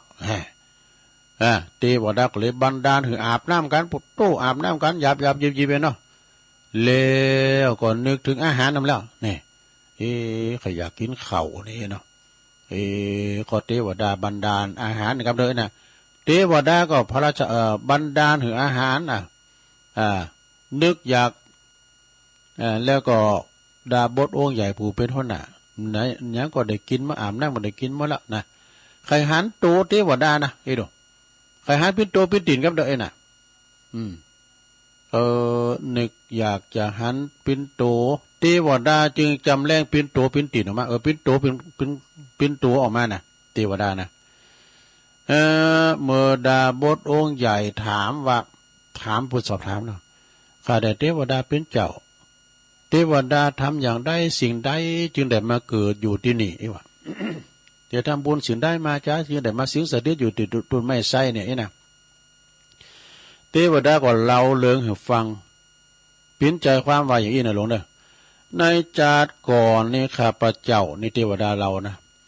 ในจาดก่อนนี่ข้าพเจ้าได้เกิดเป็นลูกอย่างของอนาถปิฎกเศรษฐีมาเป็นลูกอย่างเศรษฐีลูกอยู่ในกรุงสาวัตถีนะแล้วก็ได้รักษาศีลอุโบสถเพียงครึ่งเดียวก็คือหมายความว่า กลางวันบ่ได้หักษาศีลไปเยการในท่านเศรษฐีเนาะหักษาศีลเฉพาะกลางคืนเดียวเท่าอันคืนเดียวมันได้นะพอสว่างขึ้นมาข้าพเจ้าก็เลยตายไปวะแล้วก็มาเกิดเป็นเทวดาอยู่ที่นี่แหละ แล้วก็เราฟังว่าอนาถปิณฑิกเศรษฐีนี่เปิ้นเป็นผู้ที่นับถือพระพุทธศาสนานับถือพระพุทธเจ้าพระธรรมเจ้าพระสังฆเจ้าเป็นสรณะที่พึ่งเมื่อโภกดาบททั้งห้านะอันนี้แฮมโภกนั่นนะดาบททั้งห้านะเมื่อดาบททั้งห้าหู้ข่าวว่าพระพุทธพระธรรมพระสงฆ์เกิดขึ้นแล้วในโลกนี้นะจึงลาเศรษฐีทั้งสามเนอะก็คือคณะหมู่ดาบททั้ง500เนี่ยลาเศรษฐีทั้งสามก็เดินทางไปกรุงสาวัตถี ไปเฝ้าพระพุทธเจ้าไปฟังธรรมพระพุทธเจ้าแล้วก็เกิดสำเร็จเป็นพระอรหันต์ตามมาหันสะทาเศรษฐีทั้งสามเพิ่นก็บรรทุกของต่างๆเนี่ยของใจของสอยเป็นของตานนะไปถวายเป็นของต่างๆของตานต่างๆเนี่ยมาบรรทุกเกวียนก็คือล่อนะลุงนะก็แถม500ก้าน500ลิ่มนะของตานอย่างต่างๆใส่ล่อมา500ลิ่มออกเดินทางไปเฝ้าพระพุทธเจ้าที่กรุงสาวัตถีลุงเนอะไปเข้าเฝ้าพระพุทธเจ้าที่กรุงสาวัตถีได้ฟังพระธรรมเทศนาของพระพุทธเจ้าแล้วก็ปรากฏว่าสำเร็จเป็นโสดาบันบุคคลหมดเลยนี่เศรษฐีทั้งสามนะแล้วก็จึงขอปฏิภาณคือพระพุทธเจ้าเสด็จไปเมืองโกสัมพีของเตอะอีน่ะแล้วก็จะถวายบ้างแล้วก็ถวายบังคมลาไปสร้างนะเศรษฐีทั้งสามเศรษฐีทั้งหลายก็ทั้งสามนั่นก็ไปสร้างวัดใหญ่ขึ้นในเมืองโกสัมพีคนละวันวะนะก็คือมี3 วัดเนาะวิหาร3 หลังจ้ะเมื่อพระพุทธเจ้าเสด็จไปถึงก็ได้ถวายวัดทั้ง3นั่นเลยนะโดยคำถามว่าข้าแด่พระองค์ขอถวายวิหารแก่พระสงฆ์นะพระภิกษุสงฆ์ที่มาในจากทิศทั้ง4นะมีพระพุทธเจ้าเป็นประธานนะศรัทธาญาติโยมทั้งหลายพระพุทธองค์ก็รับทราบแล้วเนาะแล้วก็เสด็จเข้าไปประทับไปอยู่ในวิหารถึง3 วันถึง3หลังนะแห่งละวัดละวันนี่กันเนาะเมื่อว่าไปอยู่ในวัดไปอยู่ในวิหารหลังหนึ่งหลังใดนะไปประทับอยู่ในวิหารหลังใดก็เสด็จไปโปรดนะเจ้าของวิหารนั้นนี่กันนะโอ้วิหารน่ะอยู่เย็นดีเนอะอย่างนั้นเนาะเศรษฐีทั้ง3นะมีจังดอกไม้ทำแล้วเนอะคือคุณเก็บดอกไม้คนหนึ่งชื่อว่านายสุมาณะนั้นทำอยากจะทำบุญเลี้ยงพระเศรษฐีทั้ง3ก็อนุญาตเอาล่ะแต่เลี้ยงก็เลี้ยงแล้วนะว่านพวกเจ้าก็จ้อจงเลี้ยงพระเนอะนะพรุ่งนี้เช้าเจ้าจงเลี้ยงพระคราวนั้นพระเจ้าอุเทนมีพระเจ้าอุเทนด้วยพระเจ้าอุเทนก็ได้พระราชทานดอกไม้ให้แก่พระนางสามาวดีวันละ8 ตำลึงนะพระนางสามาวดีก็คือจะสาวใจทั้งคนนะคือสาวใจอยู่คนหนึ่งใจสาวใจอยู่คนหนึ่งว่าจือนางจือหยังสาวใจนางขุดชะตรานะนางขุดชะตรารับหน้าที่ไปซื้อดอกมะลินะไปซื้อดอกมะลิของนายสุมาณะถึงวันมาถึงวันนั้นเนาะนายสุมาณะนี่เปิ้นจะเล่งถวายเพลปรากฏว่านายสุมาณะบ่ขายหือเด้อนะบ่ขายหือแกนางสาวใจเฮาจะไปบูชาเอาไปบูชาให้ก่อนเลยนะหรือว่าจะบูชาพระแล้วจึงจะจัดจึงหือนางรอก่อนเด้อนางรอก่อนไปอันทำบุญถวายพระดอกไม้ก่อนนี่กะคือนางรอเด้อนางสุมาวดีนางรอนี่พอพระสันเข่าเสร็จแล้วพระพุทธเจ้า ก็ทรงแสดงธรรมเพิ่นจะแสดงธรรมแล้วนางขุดชุตรานะได้ฟังธรรมปรากฏวันนางได้ฟังสำเร็จเป็นพระโสดาบันบุคคลนำแล้วเนี่ยเมื่อก่อนก็ซื้อดอกไม้ไปถวายเพียงวันละ2 ตำลึงเท่านั้นเนี่ยเมื่อใด เมื่อใดเป็นพระโสดาบันแล้วก็บ่มีโกงมีกินหยะนะจึงซื้อดอกไม้ไปถวายวันครั้งละ8 ตำลึงเนี่ยจาก2 ตำลึงเป็น8 ตำลึงนะพระนางสามาวดีทรงใจกับพระไทยว่าวันนี้พระราชาได้พระราชทานกาดอกไม้เพิ่มขึ้นมาก็จะได้นำก่อนนี้ได้2 กำเดือนนี้ได้8 ตำลึงแล้วนะนางก็ทูลว่าบ่ได้ถวายนะหมายความว่าก็ทูลว่าหาไม่ได้นะแล้วก็ทูลเราเลิงหือฟังกับแสดงธรรมโอ้นางมาแสดงธรรมหือฟังแถมปรากฏว่านางสามาวดีกับบริวารถึง500ได้ฟังธรรมจากพระพุทธเจ้าแต่สืบทอดจากนางชุวิตรานะปรากฏว่านางสามาวดีกับพร้อมกับบริวาร500ได้สำเร็จเป็นโสดาบันพระโสดาบันหมดว่ะนะจึงออกหันเปิ้นว่าอยากจะหันพระพุทธเจ้าแต่นางสามาวดีเขาใครหันพระพุทธเจ้าอยากจะบูชาพระพุทธเจ้านางขุดชุตรานะจึงทูลว่าถ้าว่าแม่นางเขาไขหันแต่นะเจาะฟ้าเนาะเจาะช่องเจาะช่องเล็กๆนะที่ห้องของตนนะในห้องของตนนะเจาะหูแล้วก็คอยดูนะพระพุทธเจ้ากับพระสงฆ์พระภิกษุสงฆ์จะเสด็จเข้ามาบิณฑบาตที่บ้านเศรษฐีทั้ง3ทุกเจ้านะทุกเจ้านะฝ่ายพระราชทานฝ่ายพระราชวังไปแล้วจึงกราบทูลไหวปูจาจบ จบงามได้ลงได้ฝ่ายอีกแต่ตอนจบได้ รู้เลยเหรอขณะลุงอย่างหูเหลืองไงไม่รู้หูเหลือง จบลงไปลงเนาะมีแฮมอยู่นะยังมีแฮมอยู่เนอะก็เดียวก่อนก็เดียวก่อนซะนะเดี๋ยวตุลุงจะเล่าเรื่องเงินนายฉลาดนะกับนายซื่อสัตย์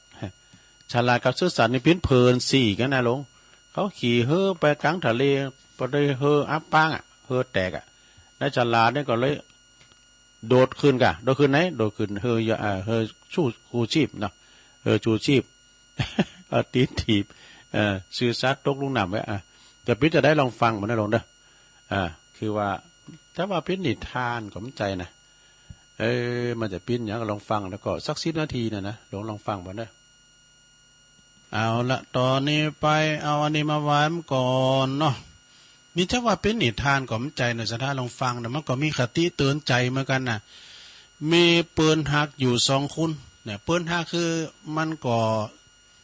ไปไหนไปด้วยกันเนี่ยคนหนึ่งจือฉลาดเนี่ยแถมคนหนึ่งจือว่าซื่อสัตย์เนี่ย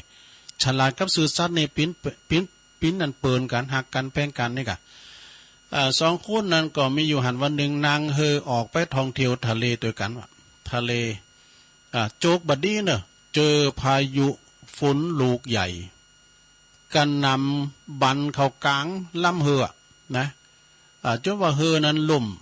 อับปางนะแต่ว่ามีชูชีพอยู่อันลำหนึ่งโอ้บุญนั้นก็มีชูชีพอยู่ลำหนึ่งเพียงนางได้เพียงคนเดียวนะโอ้ฉลาดเนี่ยเนาะงอมไปตั้งยางกับบทสุมาเดตีนถีบซื้อซัดตกทะเลไปแล้วมันนั้นฉลาดนี่ก็ขับอันชูชีไปวะเนี่ยปุดโตซื้อซัดก็ปุดโตตกทะเลไปแล้วเนี่ยแล้วก็ตนเองก็มีนี่เนาะชูชีบหนีไปทางใดเพราะว่าซื้อซัดคือจือฉลาดมันเอานี้ไปแล้วซื้อฉลาดเนาะฉลาดนี่เอานี้ไปแล้วซื้อซัดนั่นก็บุรุษซ้ำหลักนำคือว่าเกือบตาย แก่น้ำกระอึกกระอักไว้กันเพราะน้ำทะเลโลแต่โจกยังดีอยู่มันก็ลอยมาปะอยู่ที่เกาะเล็กๆเกาะหนึ่งเนี่ยเกาะนั่นเนี่ยก็เกาะคือมันความว่ามันปีนด้อนทรายมันมีดินโผล่ขึ้นมาให้กันเนาะมันไปข้างอยู่ที่เกาะพอเอาชีวิตรอดมาได้ก็ตั้งหน้าตั้งตาคอยท่าเมื่อใดที่ไหนจะผ่านมาตัวนี้พองหานะท่าเลี้ยวท่าแฮมบ่อนนานเกินรอก็ได้ยินเสียงเพลงว่ะโธ่เสียงเพลงเสียงดนตรีลอยมาแต่ไกลปิ้นเสียงมาจากลำหนึ่งเนี่ยลำหนึ่งกำลังจะผ่านเข้ามาต่างกันสื่อสัตว์ก็ดีอกดีใจจะผ่านมาจะได้ขออาศัยเบิ่นปิกไปบ้านไปเมืองไอ้ก้ามไม่น่ะก็ลำนั้นก็กำลังวิ่งผ่านมาติเกาะต้นอยู่นะเมื่อเข้ามาไกลเข้าสังเกตบุญนั้นก็มีธงบุญนะมีธงปักแล้วก็โบกสะบัดจือเป็นว่าความสุขจือว่าความสุขสื่อสัตว์ก็ตะโกนรีบตะโกนเนาะไปนะช่วยน้อยขอช่วยเหลือหน่อยเนอะขออาศัยติดไปตัวเตอความสุขนะจือความสุขครับโปรดได้ช่วยกามเฮาได้โปรดช่วยชีวิตเฮากามเฮาจือสื่อสัตว์นะมันบอกกันเพิ่นหรอความสุขนะความสุขได้ยินคำว่าสื่อสัตว์ก็ตะโกนต่อไปว่าโอ้เฮาช่วยตันว่าใดหรอกถ้าหากเฮาโมดแต่เป็นคุณสื่อสัตว์นี่นะชีวิตของเฮานี่หาความสุขบ่ได้เลยเนี่ยบ่หันหรือว่ามีคนมากมายตีอู่ความจริงเนี่ยสื่อสัตว์ในอู่ความจริงดูตีอู่ความจริงเพราะความสื่อสัตว์นั่นแหละและก็ความจริงเหล่านั้นจะย้อนกลับมาทำลายคุณที่อู่นั่นเองอู่เสร็จแล้วความสุขความสุขก็หันโหห่างออกไปนานลำแลก็ไม่ได้ขี่จักรรมอยู่ต่อมาแถมนะก็มีแถมกันหนึ่งจื่อว่าตำแหน่งว่ะ ตำแหน่งก่อนเล่นเขามาไก่เขาเนาะมาไก่เขาซื้อซัดก็เลยตะโกนเนาะตะโกนแปลว่าขอความช่วยเหลือน้อยขอความช่วยเหลือหน่อยพอตำแหน่งหู้ว่าเปิ่นขอความช่วยเหลือก็คือสื่อสัตว์จึงปฏิเสธไปทันทีว่าตำแหน่งเนี่ยนะตำแหน่งคือขาเนี่ยเป็นตำแหน่งเนี่ยได้มาโดยต้องหันนะข้าต้องผจญต่อพยานอันตรายต่างๆกว่าจะได้ตำแหน่งมาเนี่ยนะครับผู้คนนั้นมากมายที่เป็นรู้ตำแหน่งกันเนี่ยตำแหน่งมันอยู่ที่ขาเนี่ยนะขาหยุดติดแล้วข้าบ่ได้มาโดยที่ว่าง่ายๆนะเนาะหันประจันกันหมดโทและขอจะอยู่ตำแหน่งเนี่ยกล่าวต่อไปอย่างบ่หยุดยั้งว่าบ่ว่าโดยวิธีใดก็ตามหากว่าเฮาดำรงตำแหน่งอยู่นี่นะโดยความซื่อสัตย์สมมติว่าเฮาดำรงตำแหน่งอยู่โดยความซื่อสัตย์สงสัยเฮาคงบ่ท่านเลเหลี่ยมคนอื่นปิ้นแน่แต่ก็คงจะไปถึงบักไก่ก็คงไปบักไก่แต่กันเนาะชัมพองนี่คุณดีแต่นะสัทธาญาติโยมไปอยู่กับฝูงคนที่เปิ้นบ่ดีนะเลยจำเป็นต้องเป็นคนดีนะเปิ้นว่าตกหมูแห้งปินแห้งตกหมูกาปินกาตกเป็นลูกศิษย์ครูบาได้ปินพอน้อยเนี่ยสื่อสัตว์ก็ลองมองดูตำแหน่งค่อยๆห่างออกไปเนี่ยมันเอาล่ะตำแหน่งนั้นห่างออกไปบ่ต้องรอคือก็ต้องจำใจล่อลำต่อไปโดยความหวังเนี่ยอยู่มานั้นเหมือนนั้นก็รอไปก็มีทำล่างหนึ่งจื่อว่าแข่งขันนำแล้วแล่นมาอีกลำหนึ่งจึงตะโกนไปนะตะโกนคือไปว่าแข่งขันแข่งขันครับเฮาจื้อสื่อสัตว์ข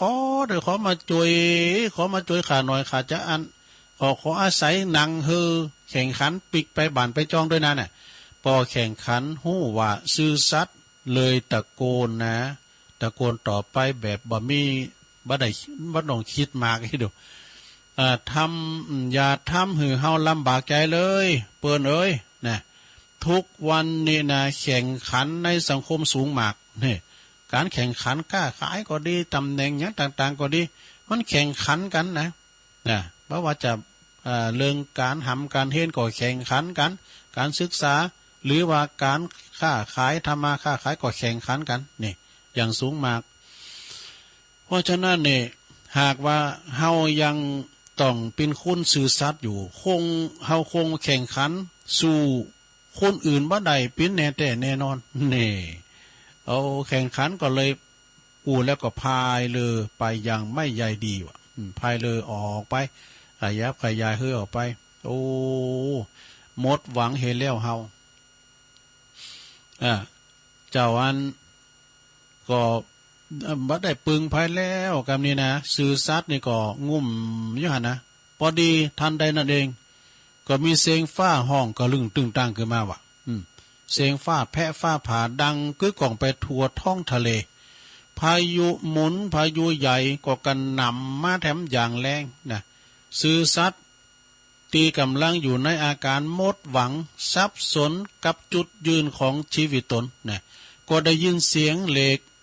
เนี่ยก็ได้ยินเสียงเหล็กเสียงห้องนะอย่างปราณีว่าลูกเอ้ยอันนี้เสียงตัวหน้านี่เพิ่นว่าลูกเอ้ยลูกเอ้ยว่าเสียงนั้นดังขึ้นมานะลูกเอ้ยมาขึ้นเฮอเฮาเตอเนี่ยวันนี้เพิ่นขึ้นอนุญาตให้ขึ้นเฮอว่ะนี่ได้ยินเสียงปอซื่อสัตย์ได้ยินอย่างนั้นแล้วมองหาต้นเสียงนะมองไปยังต้นเสียงก็จริงหูว่ายังมีผู้เฒ่าแห่งการเวลาเนี่ยผู้เฒ่าแห่งการเวลาเนี่ยเปิ้นใจดีหรอกเมื่อคืนเจิญคืนบุญเฮอนะเมื่อคืนบุญเฮอเสร็จแล้วก็จึงถามการเวลาว่าทำไมท่านผู้เฒ่าจึงจวยเลอเฮานะท่านผู้เฒ่าจึงตอบอย่างด้วยรอยยิ้มว่าแม่แต่การเวลาเท่านั้นมีแต่การเวลาเท่านั้นลูกเอ้ยตีจะพิสูจน์ให้เฮาฮู้ว่าความซื่อสัตย์มีความสำคัญแค่ไหนนี่บุญเส้นทางตีกำลังเล่นเฮอกลับบ้านนี่นะลองพอเหรอการเวลาก็จี้ไปเฮอมองเฮอพอเหรอพอฉลาดดูหันพอเฮอความสุขดูพอเฮอตำแหน่งดูแล้วก็พอเฮอแข่งขันดูทั้งหมดนั้นล้วนตะเกียกตะกายอยู่ท่ามกลางทะเลอันกว้างใหญ่ที่กำลังจะจุ่มหายไปในน้ำนี่ท่านผู้เฒ่าถอนหายใจพร้อมกับกล่าวว่า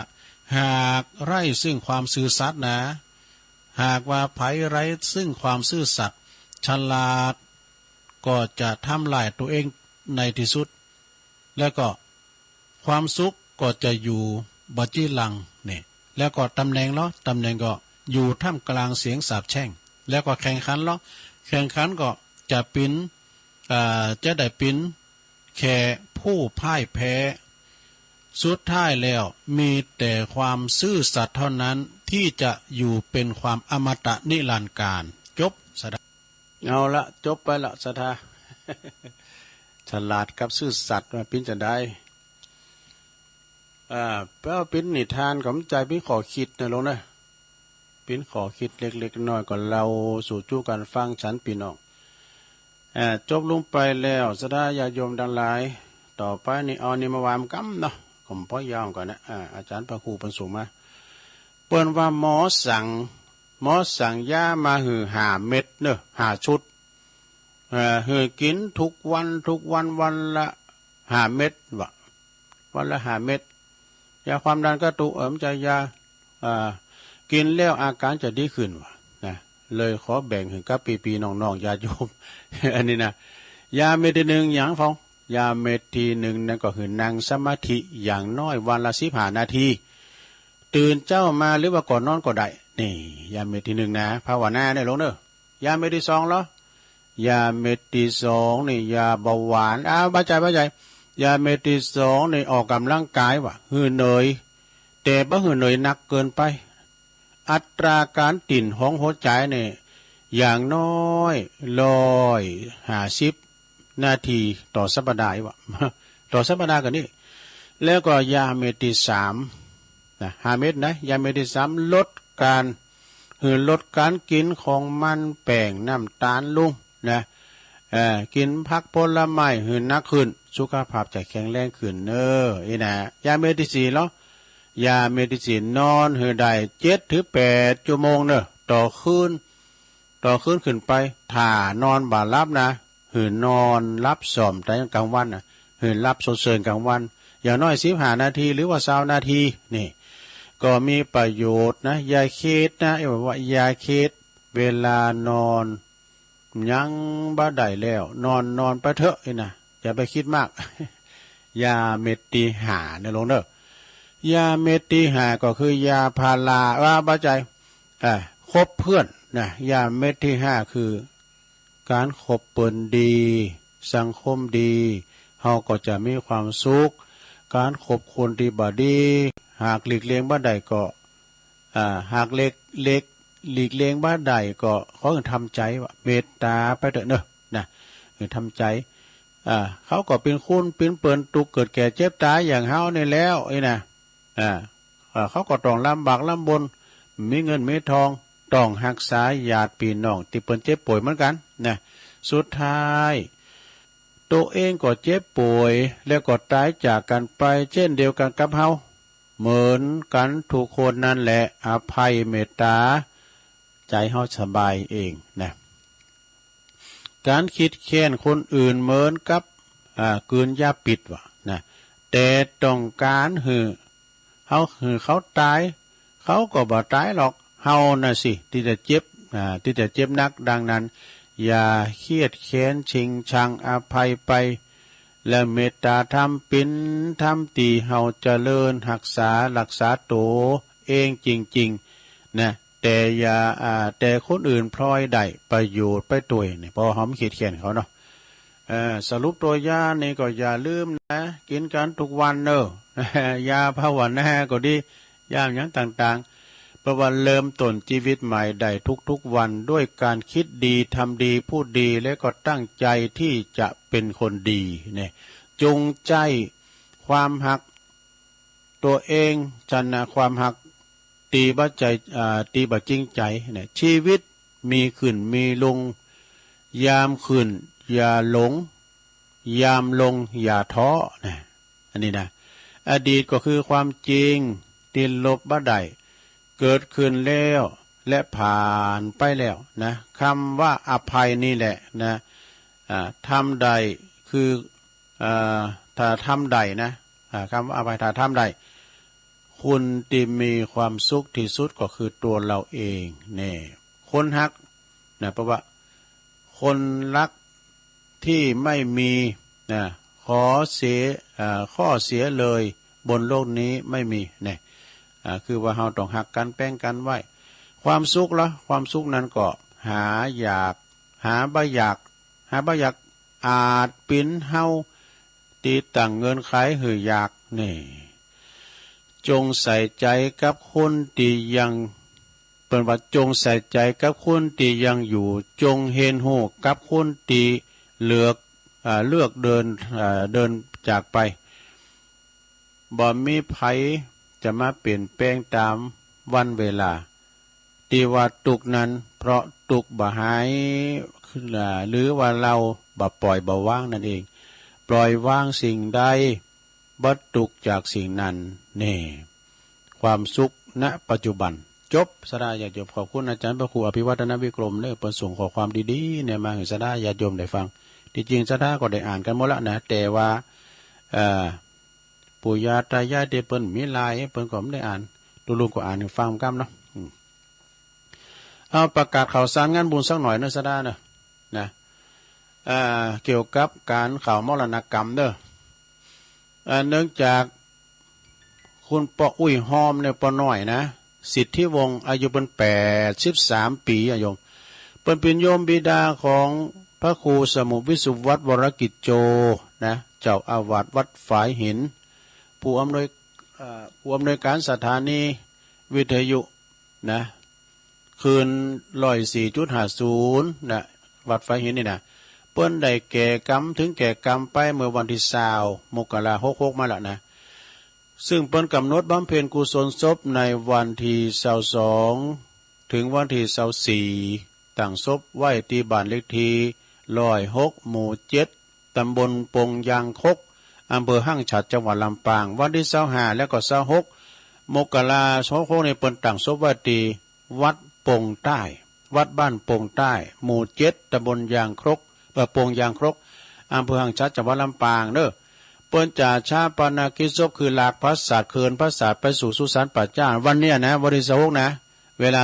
13.00 นนะณสุสานบ้านปงใต้ดังนั้นก็ขอเรียนเชิญเนอะศรัทธาวันตกวันออกขอกไต่ห้นเนอนะโอ้แต่ว่าตุลุงเขาไปกันกว่าจัดหนักจัดหลายเนอะอุบาจารย์ก็ไปกันหนักกันหลายแล้วก็ศรัทธาวันนี้ว่านี่ก็ครูบาอาจารย์ก็ไปกันหลายนะตุลุงดอยเขาท่านพระมหาเสาแก้วเขานี่เพิ่นก็ไปกันหนักกันหลายก็ไปแสดงความไหวอาลัยแล้วก็เป็นกำลังใจให้พระครูสมุวิสุทธิวัฒน์วรกิจโจเพราะว่าเปิ้นก็เป็นผู้อำนวยการสถานีวิทยุเนาะมากันหลายกับท่านมหาสมชาติเขาก็ไปกันหมดนะวันนี้ก็ซ้ำจะหลายกะวันนี้ก็สายตั้งเจียงใหม่จ้าที่เปิ้นจะมาหากันนะก็ไปรวมทำบุญกินต้านกันเน้อสถาเนาะพายอยู่ไก่ละแวกไก่เคียงแต่ตุลุงเขาก็ไปหอมกินหอมตาลแต่ว่าล่ะนะ เตียนวัดวัดปงบ้านปงใต้เนาะ วัดปงใต้นี่ก็อยู่ในเขตตำบลอมว่านี่ก็ไปปุ่นเด้อไปแอววัดปงคกใต้เนาะวัดตำบลปงคกไปพอวัดพอว่าเปิ้นไปไหวไปซาพระแม่เจ้าจัมติวีเปิ้นสร้างซะนะโอ้เตียนเปิ้นหบกันพม่ากับไทยบ่หันห้อยผ้าดาบอยู่นะซะนะโอ้เป็นว่าอย่างอ่านดูได้เปิ้นหบกันเนี่ยแล้วก็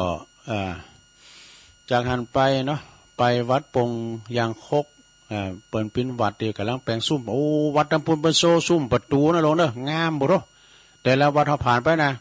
ซุ่มประตูนี่เปิ้นจะเน้นโซกันนะแต่ไปซุ่มประตูวัดนี่นะงามจากหันไปก็ไปวัดไหลหินลงก็หาเนาะไหลหินวัดไหลหินนี่ก็ไปพอไปก็โอ้ก็ไปชมโบราณสถานสมัยเก่าแก่เด้อสิ่งที่ท่องเที่ยวมีจัดหลายนะโบราณสถานของอำเภอเวียงอำเภอเนี่ยนะที่ลำปางซะนะก็ค่ากันเนาะเสริมงามก็ค่าหมดเลยนะ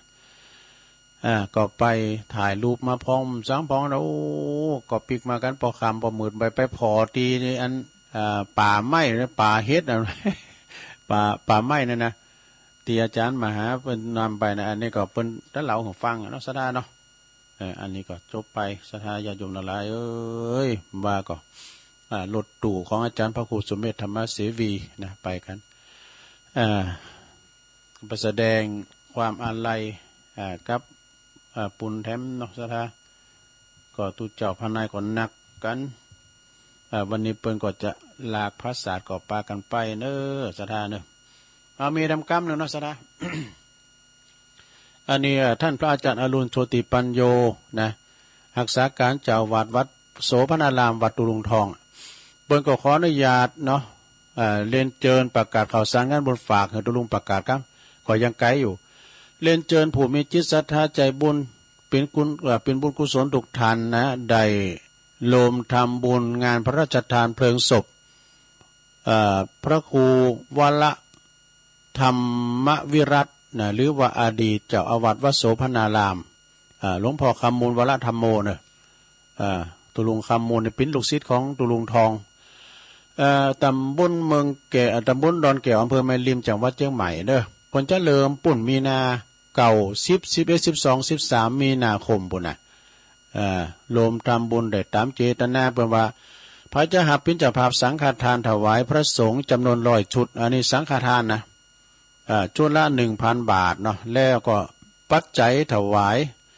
พระสงฆ์100 ชุดเหมือนกันชุดละ 2,000 บาทเนอะติดตามได้นะ แจ้งความจำนงได้ที่ท่านพระอาจารย์อรุณพระอาจารย์อรุณโชติปัญโยแล้วภัตตาหารเจ้าภัตตาหารเพลนี่น้ำดื่มน้ำอย่างตามศรัทธานะตามจิตศรัทธาหนังสืออนุสรณ์ก็ตามจิตศรัทธาจะทำบุญสั่งพระศาสตร์เนาะนกฮัสดิลิงก็ตามจิตศรัทธาดอกไม้ก็ปัดดับคำเนี่ยต่างๆก็ตามจิตศรัทธาเนอะติดต่อได้ที่ท่านพระอาจารย์อรุณโชติปัญโย รักษาการเจ้าวาดวัดโสพนารามนะเบอร์โทรศัพท์ของตุปีเปิ้นก็0810261807ฟังอีกครั้ง0810261807นะฝากประชาสัมพันธ์กำเนิดนะตุลุงก็ประกาศแล้วเนาะอันนี้ก็ประกาศไปพินตีเรียบร้อยซะท่าแล้วก็มีแถมนะประกาศข่าวสารงานบุญโดยโทรไปนะก็ในวันที่28-29-30 มกราวันครบรอบวันพระราชทานเพลิงศพของหลวงปู่ครูบาหลวงวัดพระบาทตากผ้าเปิ้นก็จะมีการประพฤติวัดปฏิบัติธรรมถวายเป็นอาจาระบูชาเนอะ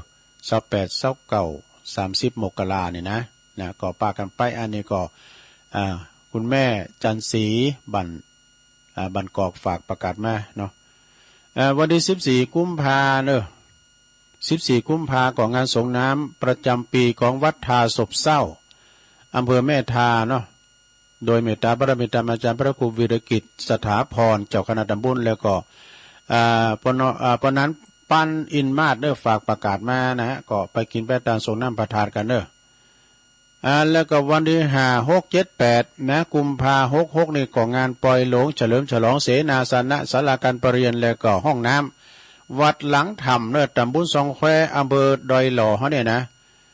วันแต้ๆเพิ่นก็วันที่7 กุมภาด้วยนะพระอาจารย์นรินทร์โลจโนรักษาการเจ้าวาดวัดหลังธรรมวัดแม่ค้านหลังธรรมก็วัดของแม่ครูแสงเอ้ยเขาเนี่ยนะแม่ครูขับขานตำนานซอ5 6 7 8 กุมภาเนี่ยปล่อยหลงศาลาเสนาสนะห้องน้ำวัดหลังถ้ำตำบลสองแควอำเภอดอยหล่อนะแล้วงานต่อไปวัดฟ้าหลังเน้อตำบลดอยหล่ออำเภอดอยหล่อจังหวัดเชียงใหม่เปื่อนก็จะมีงานประเพณีสงน้ำพระธาตุประจำปีแล้วก็งานยกจอฟ้าโดยเน้อปีนี้นะถือว่าเป็นงานยกจอฟ้าอุโบสถหลังใหม่ตัวเริ่มตั้งแต่วันที่2 3 4 5วันที่5ก็เดือน5ปิงประเดียนะก็ไปรวมทำบุญกันเด้อวันที่3 4 5 กุมภาพันธ์ที่วัดฟ้าหลังโดยเมตตาบารมีธรรมอาจารย์พระครูปิยกิจปรีชาเจ้าคณะตำบลดอยหล่อเขต2นะเจ้าวัดฟ้าหลังนะแล้วก็วันที่อันนี้ไกลอยู่เนาะ16 เมษายนเนี่ยเปิ้นก็จะมีการส่งน้ำพระธาตุวัดสันเมืองเด้อสันเมืองแล้วก็เปิ้นก็จะมีการส่งน้ำเปิ้นตุดมาอย่างมา3 ปีปีนี้เปิ้นเอาแต่ละนะมีเพียวซอบ่ได้ทำเน้นหลักก่อนเด้อซอจะมีจ้า ตีวัดอาจารย์เน้นหลักเด้อพระอาจารย์เน้นหลักนะสันเมืองนะวัดของเปิ้นเป็นสมบูรณ์หมดแล้วเปิ้นแปลงไว้เรียบร้อยหมดละตอนนี้ไปก็อยู่เสวยสุขอ่ะนะไม่ได้สร้างหยังกะเนาะเปิ้นก็มีอาจารย์ท่านพระครูทวินนะท่านพระมหาทวินปท9เปิ้นก็จัดผ้าป่ากฐินมากุปีก็วันที่15 16เปิ้นก็นิมนต์โดยนะครับมันตรงไหนเต็ดไหนนะก็จะไปโจยท่านพระอาจารย์เน้นหลักเด้อวัดสันเมือง15 กับวันพยาวันน่ะนะ16กับวันปากปีอ่ะนะก็ไปกินไปทานกัน11 12 13 กุมภาพันธ์ของงานปล่อยหลวงเด้อปล่อยหลวงอุโบสถหลังใหม่ของวัดเราดูตำบลหนองโยงอำเภอเวียงหนองล่องนะเพื่อจะมีปล่อยหลวงนะว่าท่านอาจารย์กำธรก็มาเอาใบนิมนต์มาละ11นั่นก็เป็นวันตาลแล้วก็12ก็สวดมนต์ตาล13ก็ตัดไว้ลูกนิมิตผูกพระศรีมาอุโบสถหลังใหม่เด้อตีวัดเราดูนะเราดูก็มึนนะเกณฑ์นะมีปล่อยหลวงนะเอาไอ้กำเนาะไปลงเดินอยู่กะเนาะลงเดินแล้วก็ท่านพระอธิการเสริมตุลุงเสริมโดยพระอาจารย์กำธรตุปีเกมเขานะอันนี้ก็ท่านพระอาจารย์ศิวนัท เมธีปะโชโตท่านพระครูปลัดนะเพิ่นก็บอกตุลุงว่าตุลุงไปช่วยกันเด้อเนี่ยก็จะไปอยู่นะ11ก็ไปแล้วก็วันที่10 18 19 20ก็ฮะเดียวกันเด้ออันนี้วัดแม่น้อยค่ะนะเปิ้นจะฉลองหอไตรหอธรรมนะวัดดอนหลวงวัดดอนหลวงเปิ้นจะมีปล่อยโลงเหมือนกันเด้อวัดดอนหลวงนะตำบลแม่แรงอำเภอป่าซางเนาะนะ4-5-6เดี๋ยวอันนี้มันใจวันที่เนี่ยน่ะวันที่อันนี้เสนาสนะวันที่6ปก้าอันนี้ตุนแหนหลวงนี่มันแน่ใจแล้วนะอาจารย์พระครูได้บอกแล้วก็วันที่2-5 กุมภาเด้อ2-5 กุมภาอันนี้ประกาศไปทางฝางให้กันเนาะ2-5 กุมภาก็วัดชัยเกษมต้นซ่านี่เปิ้นก็ฝากประกาศมานะค่ะทางเมืองฝางพุ่นนะคณะสงฆ์และคณะศรัทธาเปิ้นจะมีการเข้ากรรมลุกขมูลกรรมเด้อที่วัดชัยเกษมต้นซ่านนะเขาลุกขมูลกรรมเนาะของคณะสงฆ์เด้อตอนเจ้าก็ไปทำบุญตักบาตรกันกลางคืนก็ไปฟังเทศน์ฟังธรรมเด้อแม่บุพัฒน์ฝากประกาศมาเด้อ14 กุมภาเจ้าประกาศแล้วเนาะ14 กุมภานี่เปิ้นก่องานทรงน้ำพระธาตุวัดทาศพเศร้าอำเภอแม่ทาพระครูวีรกิจสถาพรนะเจ้าคณะตำบลปนันปั้นอินมาศฝากประกาศมาเด้อก็คอยประกาศไปถึงวันเนาะแล้วก็งานพระราชทานเพลิงศพนะ8-12 กุมภาเด้อ66เนี่ยนะเจิญรวมทำบุญงานพระราชทานเพลิงศพพระครูปัญญาธิมุตนะหรือว่าครูบาเป่งอาคปัญโยเนาะครูบาเป่งตุลุงเป่งนะอดีตเจ้าวัดหนองจางเด้ออายุบน84 ปีกันนะพรรษา37นะก็ถึงกาลเวลากุมภาเดือนหน้าเนี่ย8นี่ก็ปัญจลากภาษาสเนาะขึ้นสู่นกฮัสดีลิงอารัตนาสรีลาลางของ ของงานตุลุงเป่งเนาะขึ้นสู่พระศาสตร์นกฮัสดีลิงกันต่อไปก็เจิญเนอะพระจะไปหับสังพระจะไปเปิดโรงทานการนี่ก็ติดต่อได้ที่คณะกรรมการวัดหนองจางเนาะงานศพของครูบาเป่งอาคปัญโยหรือว่าท่านพระครูปัญญาธิมุตโอ้ตุลุงเป่งนี่เป็นเตี้ยวเนอะเตี้ยวดีขนาดแล้วเป็นคุณคงใหญ่ห้างใหญ่สูงปดปิ้นกันเองเนี่ยอู่กับตุลุงนี่ออกยางเนี่ยก็เป็นอู่นะต้องเป็นอู่ดีนะโตเกยกันจะดีละเพราะว่าเป็นคุณเดียวว่าสืบชะตากรรมสังฆาได้นะคาถาเปิดกดศักดิ์สิทธิ์โดยตุลุงเป่งอดีตเป็นอยู่เมืองจีหลงวินะอันนี้แม่ครูลาวันกุยคำฝากประกาศมาเนอะแต่งก้อนดีๆเนอะแม่ครูเนอะตุลุงเป่งงานต่อไปสราญาโยมทั้งหลายอันนี้ก็งานเจิญท่านเศรษฐีใจบุญในทุนใจดีผู้มีบุญบารมีทั้งหลายงานลมงานบุญยกยอดฉัตรพระธาตุเจดีย์อินแขวนจำลองเนอะแล้วก็งานปิ้นเจ้าภาพผ่าป่าสามัคคีเปิดที่ต่อผ่าป่าด้วยนะเปิดสร้างห้องน้ำจำนวน8 ห้องละ 20,000 บาทนะในวันอาทิตย์ที่25แล้วก็26 กุมภาพันธ์พ.ศ. 2566เวลา9 โมงนะกองบุญละ200 บาทนะจำนวน 2,569 กองบุญเต่าพ.ศ. เนอะณที่วัดกู่แก้วนาคราชบ้านเลขที่ของเปิ้น219หมู่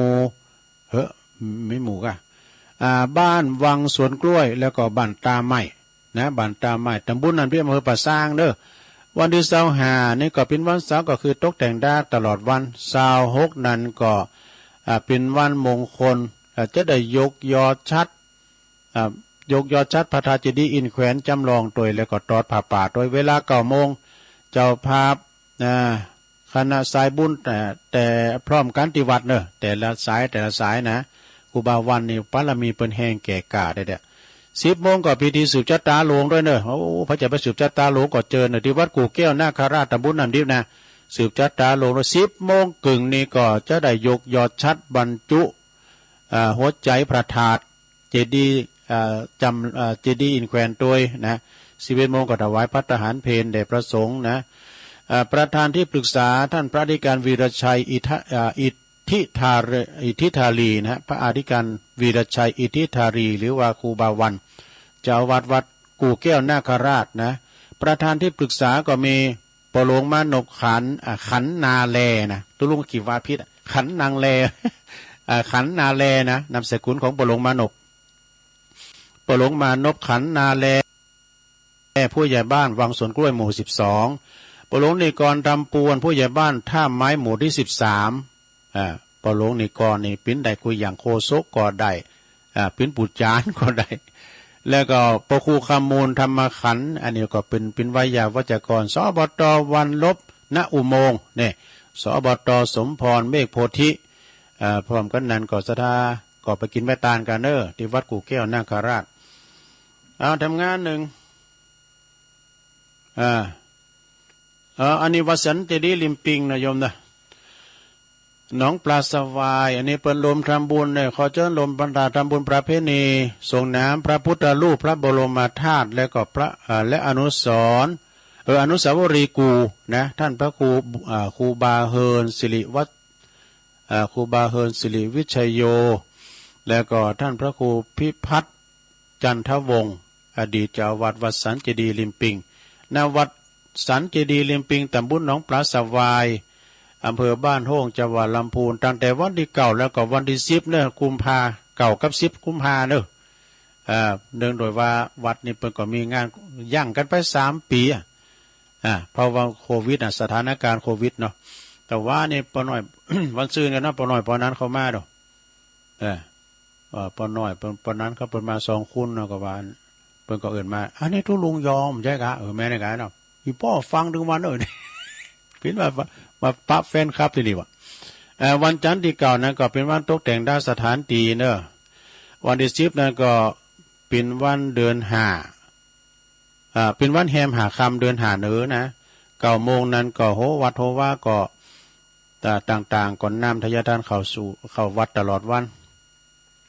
แล้วก็เวลา9 โมงครึ่งนั้นก็พิธีเจริญพระพุทธมนต์นะวันที่11 โมงนั้นก็ถวายพระทหารเพล12.00 นนั่นก็คือเปิดโรงทานแล้วก็รวมกินข้าวกินน้ำด้วยกันเนาะในเมตตาบารมีธรรมหลวงพ่อพระครูอินทยานอินทวันทิพากรเจ้าคณะตำบลหนองปลาสวายนะ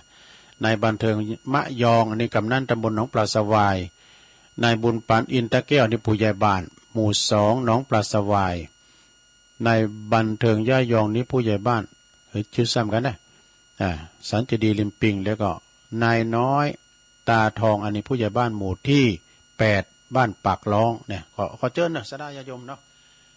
ดูเหมือนแต่ปิ้นดุ้งเหนือก็มีนะเปิ้นก็จะมีการตัดไว้ลูกนิมิตเหมือนกันนะ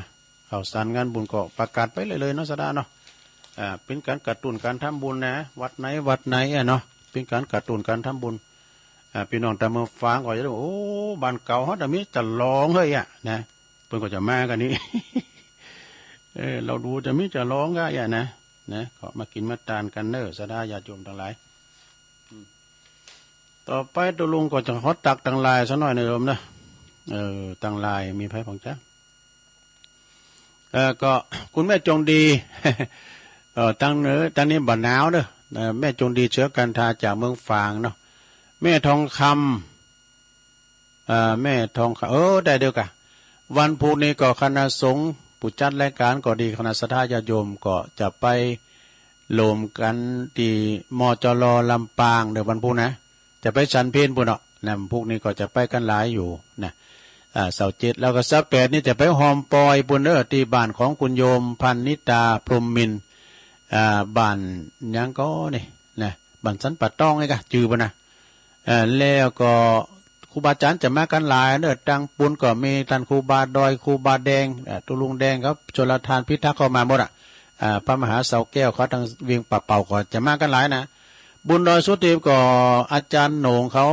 บดีกาประเสริฐประสันโนเขาก็มาหมดไปกินไปตานกันปัจจบทตุเปกพระนะอันนี้ก็จะไปหอมปอยเป็นตัวนะในวันที่28เนาะ27ก็ไปมจรลำปาง28ก็ไปอินเตอร์ขินปุ่นแม่แตงแม่ทองคำพรหมมินจากอินทขินแม่แตงตักมาตังลายนะกลุ่มคลื่นสีขาว 139ตัวจินดามณีโอ้ไหวสาตัวปีเนอเกษมศรีนะเกษมสันนะพระอาจารย์เกษมสันอุทัยธานีบุญน่ะนะตัวปีเกษมสันนะก่อนไปอยู่น้ำดิบน้อยเนี่ยตัวปีสีแม่สีดาคนงามอันนี้ก็ปุ้นไปอยู่เวียงป่าเป่าเนอะชมรมสกาย80โดยสาธุสาธุพระอาจารย์แล้วก็ไม่หลงสายฝนจันกุณาจากพี่น้องหลายปิ้งน้องผาขาวแม่ครูทองคำที่วงคำนะก็ปุ้นไปอยู่สีโบบานนะเสาหินสีโบบานมอรุณสวัสดิ์เจ้าวันนี้ก็ยังมีบุญน้ำวันหนึ่งที่มีลมหายใจถูกต้อง สุรางอันนี้ฟังอยู่เนื้อตุลุงนะแล้วก็โยมโบก้างสันกำแปงแม่แดงอภรจากแดนดอกไม้จอมตองเนาะโยมนวลนิชาวาชาติฟังอยู่เจ้าแม่จีกาธนีสายญาติจากปุ้นเวียงป่าเป่าแม่น้องจากเวียงป่าเป่าเนาะคุณโยมกันเกษณีโดยแล้วก็โยมยุพินหอมมาลาพี่น้อยจากแม่หยวกโดยนะบ้านสวนโดยหล่อโดยพี่นานผลแล้วก็น่านฟ้าเรดิโอนะลุงนิรันดร์ปานนตองนะอันนี้ก็เป็นเจ้าของสถานีเนอะตัวลุงตักไปหมดแล้วตอนนี้จะเปลี่ยนบรรยากาศนะชนะเนอะตัวลุงก็จะได้เปลี่ยนบรรยากาศนะตักตายกับพี่น้องศรัทธาที่เปิ้นจะโทรกันมาเนาะจะมาโทรมาหือกำลังใจจะโทรมาเปิดว่าจะได้แจ้งผลการหับฟังก็โทรมาที่เบอร์089 955 6506นี่ก็โทรกันมาเนาะสายแรกเข้ามาเจริญปอนทำไว้สาครับตุลุงโอ้โหวันนี้ปอนน้อยมาเป็นเบิ้ลแหลกเลยเนี่ยโอ้พูดเลยหาตุลุงแล้วโมก็เข้ากำแล้วอู้กับตุลุงหลายวันละแต่กะเดือนมิกำแล้วตุลุงสบายดีเนาะตามมันน่าพากับปอนน้อยสบายของตุลุงพ้นหนาวสุขภาพฟังเลยวันนี้มันพ้นหนาวหรอโอ้เมืองผางนี่ใส่3 ชั้น 4 ชั้นยังหนาวอยู่นี่ปึงกำลังใจตุลุงเลยกับไว้สาครับผมขอบคุณปอน้อยเนอะเจ้าสาธุสาธุปอน้อยบุญปั่นเนอะมโนครปนอยู่เสาหินปนฟางปนนะเจริญปอนแกไว้สาจ้าตุลุงแม่สีทอนเนาะเจ้าสีทอนหนองบัว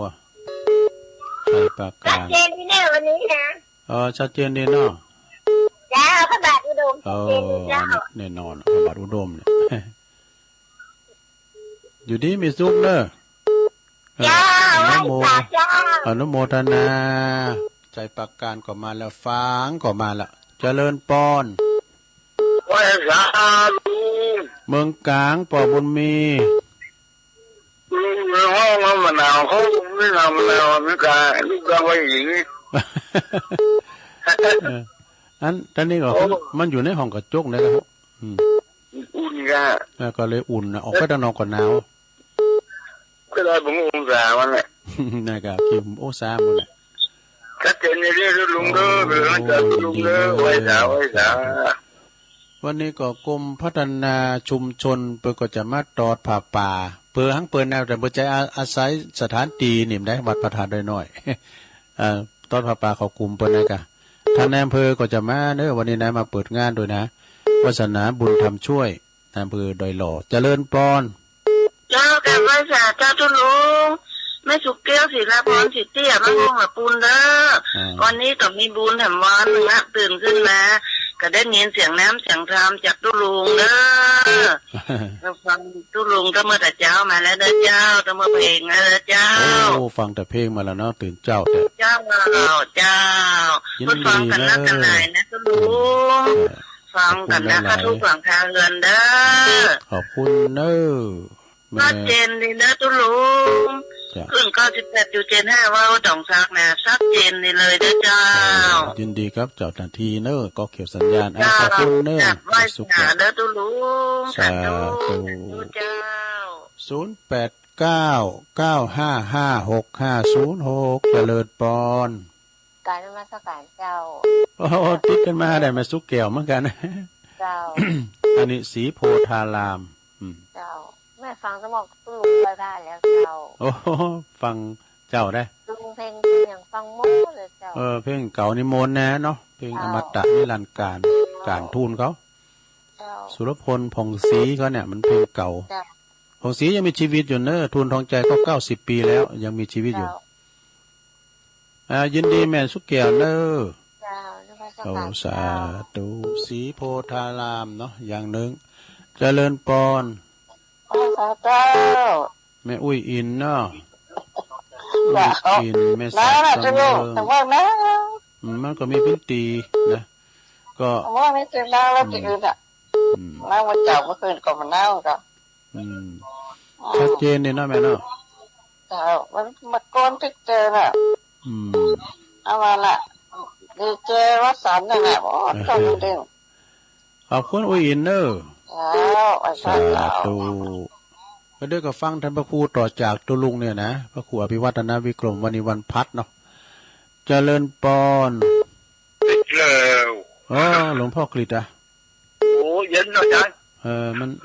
อากาศมันหนาวเดี๋ยวไม่เป็นไรดีผมหนาวอากาศมันเย็นเลยเอาไว้สาครับโอ้ข้าวไว้สาครับพ่อครับอุทยานปางโม่เนอะนี่นะเจริญปอนกราบไว้สาครับท่านโอ้สายบุญแท้กันมาเอาหนิมดเลยครับวันนี้ขอรบกวนประชาสัมพันธ์งานพระราชทานเพลิงศพคุณไมเนอร์ครับต้องจดกำเนิดครับเอางานพระราชทานเพลิงศพพระครูสุมนประสิทธิ์วัดมหาปณาภิมุขอดีตเจ้าอาวาสและรองเจ้าคณะอำเภอดอยสะเก็ดกำหนดการเริ่มทำบุญตั้งแต่วันที่13 กุมภาพันธ์เนอะวัดเนี้ยก่อนเนี่ยวัดมหาวนาภิมุขแม่จ้องวัดเนี้ยก่อนมหาวัดมหาเนาะวนาวัดมหามนาภิมุขวนาภิมุขวงเล็บแม่จ้องตำบลตลาดใหญ่อำเภอดอยสะเก็ดวันที่ไหนก่อนครับหายแล้วก็ครับวันที่ไหนก่อนวันที่ตำบลตลาดใหญ่วันที่ไหนดอยสะเก็ดเนาะเริ่มบำเพ็ญกุศลศพตั้งแต่วันที่13 กุมภาพันธ์13ถึงอย่างถึงวันที่18พระราชทานเพลิงศพณเมรุของวัดแม่จ้องฮานเนอร์ขอบคุณท่านพระครูเสสุขะพระวัดมหาวนาภิมุขเนี่ยเนาะแม่จ้องพระครูสมนประสิทธิ์เนาะอดีตเป็นยังไงอดีตเจ้าอาวาสแล้วอดีตรองเจ้าคณะอำเภอดอยสะเก็ดอายุ75 ปีพรรษา55นะครับญาติบนอยู่ตั้งปุ่นไม่อายสั่งจะนักอดีตรองเจ้าคณะเนาะอดีตเจ้าคนเมืองน่ะบวกก่อนบวชเน้นพุ่มเดียวกันมันเดียวกันนะเป็นนักเรียนรุ่นเดียวกันเป็นศิษย์เดียวกันจนเจ้าอาวาสก่อนนะขอบคุณลุงเนอร์โอ้ครับขอบคุณหลวงพ่อตัวเนอร์ครับไฟสาครับอันนี้ก็ค่อยเอาข่าวแฟ้มประชาสัมพันธ์เนาะเจริญปอนกล่าวไปกับเจ้าทุลุงแม่สมพัฒน์แม่ที่มาเจ้าแม่สมพัฒน์เจ้าสมพัฒน์เจ้าจดไปแล้วเนี่ยยาห้าอย่างที่เจ้าเน้นดีเนาะยา5 เม็ดอ่ะเนาะดีทุกอย่างเจ้าก็ทุลุงบ่หนาวอยู่ในห้องกระจกเลยกะก็เอาไปนอกนี่ก็สิหนาวอ่ะเด้อสำหรับแสงทุลุงนะเจ้าขอบคุณแม่ทีมแม่สมพัฒน์เนอร์เจ้าสา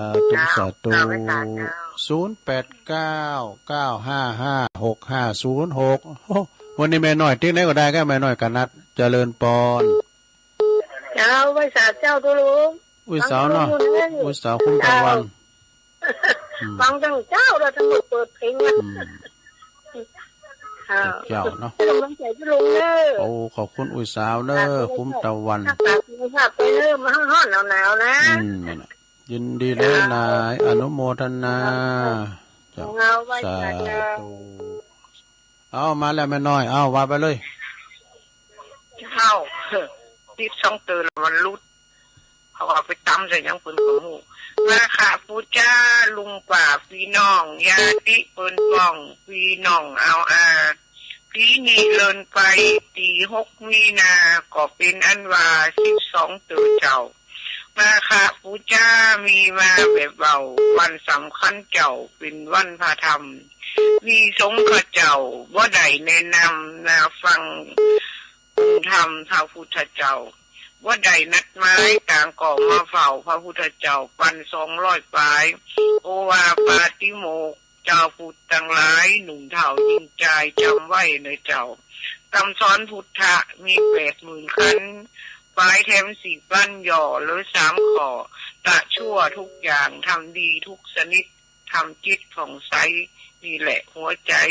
ศาสนาเจ้าต้องยองวรรณกรรมนะเจ้ากรรมว่ามีแถม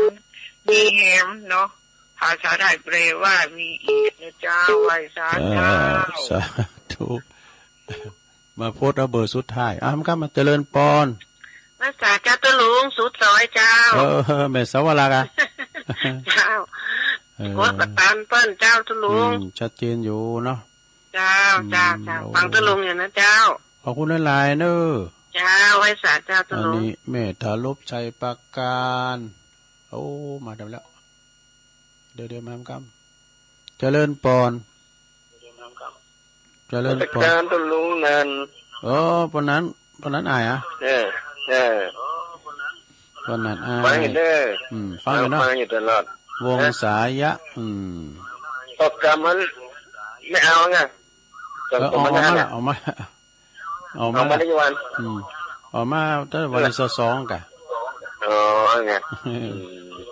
วันนี้มันได้ไปไหนกันตอนเนี้ยวันนี้เพิ่นจะมาทำบุญตอนผ้าป่าที่วัดเนี่ยกะกรมพัฒนาชุมชนท่านนายอำเภอจะมาวันนี้ได้อยู่วัดกะแล้วก็กินต้อนแล้วจะไม่จ่ายการอินเตอร์เน็ตได้มั้งขอบคุณมานานหลายๆเนี่ยเวลาหมดเห็นบ่ดีนมัสการเด้อยินดีเนอะปอนนั้นอ้ายเนี่ยมาแล้วเนี่ยเจริญปอนทำกับโหลเจ้าสาธุเจ้าแม่ยังแม่น้อมเนาะเจ้าแม่น้อมยินดีเนอะจบข่าวพอดีตาจ้างตุลุงขอนำรายการจากราชตาก็เดียวกันเนอะโทนซ้ายหน่อยเนาะปน้อยบุญปั่นบ้านโฮคอนเสาหินฝางเนอะแม่สีทอนหนองบัวชัยปราการพ่อบุญมีเมืองกลางแม่สุกแก้วศรีลาพรแม่สุกแก้วศรีโพธารามอุ้ยอินแม่สาบเสมิงหลวงพ่อกฤษนะจากปางโม่หลวงพ่อมานิษฐาวโรแล้วก็แม่สมผัดแม่ย่อยสันทรายอุ้ยสาวคุ้มตะวันแม่น้อยกาดนัดยาวโยมแม่สวรักษ์ชัยประการเพราะนั้นนายแพะโป่งเนื้อวงสายยะแล้วก็แม่น้อมตัดจ้างสุดท้ายได้13 เบอร์ก่อนเป็นอย่างเนาะ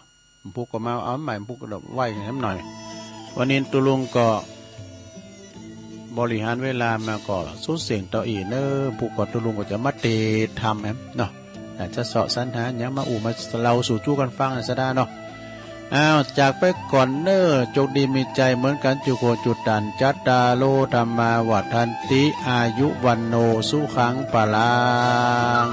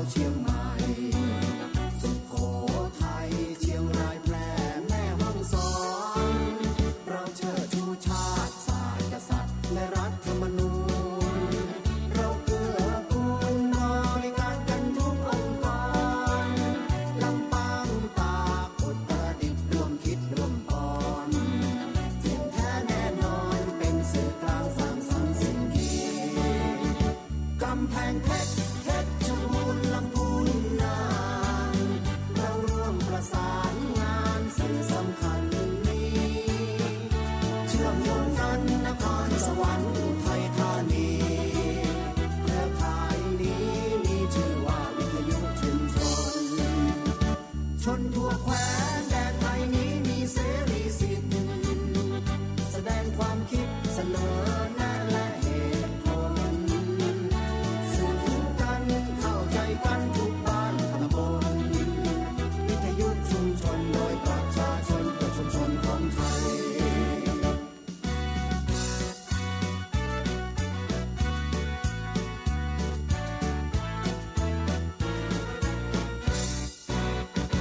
เครือข่ายวิทยุชุมชนภาคเหนือ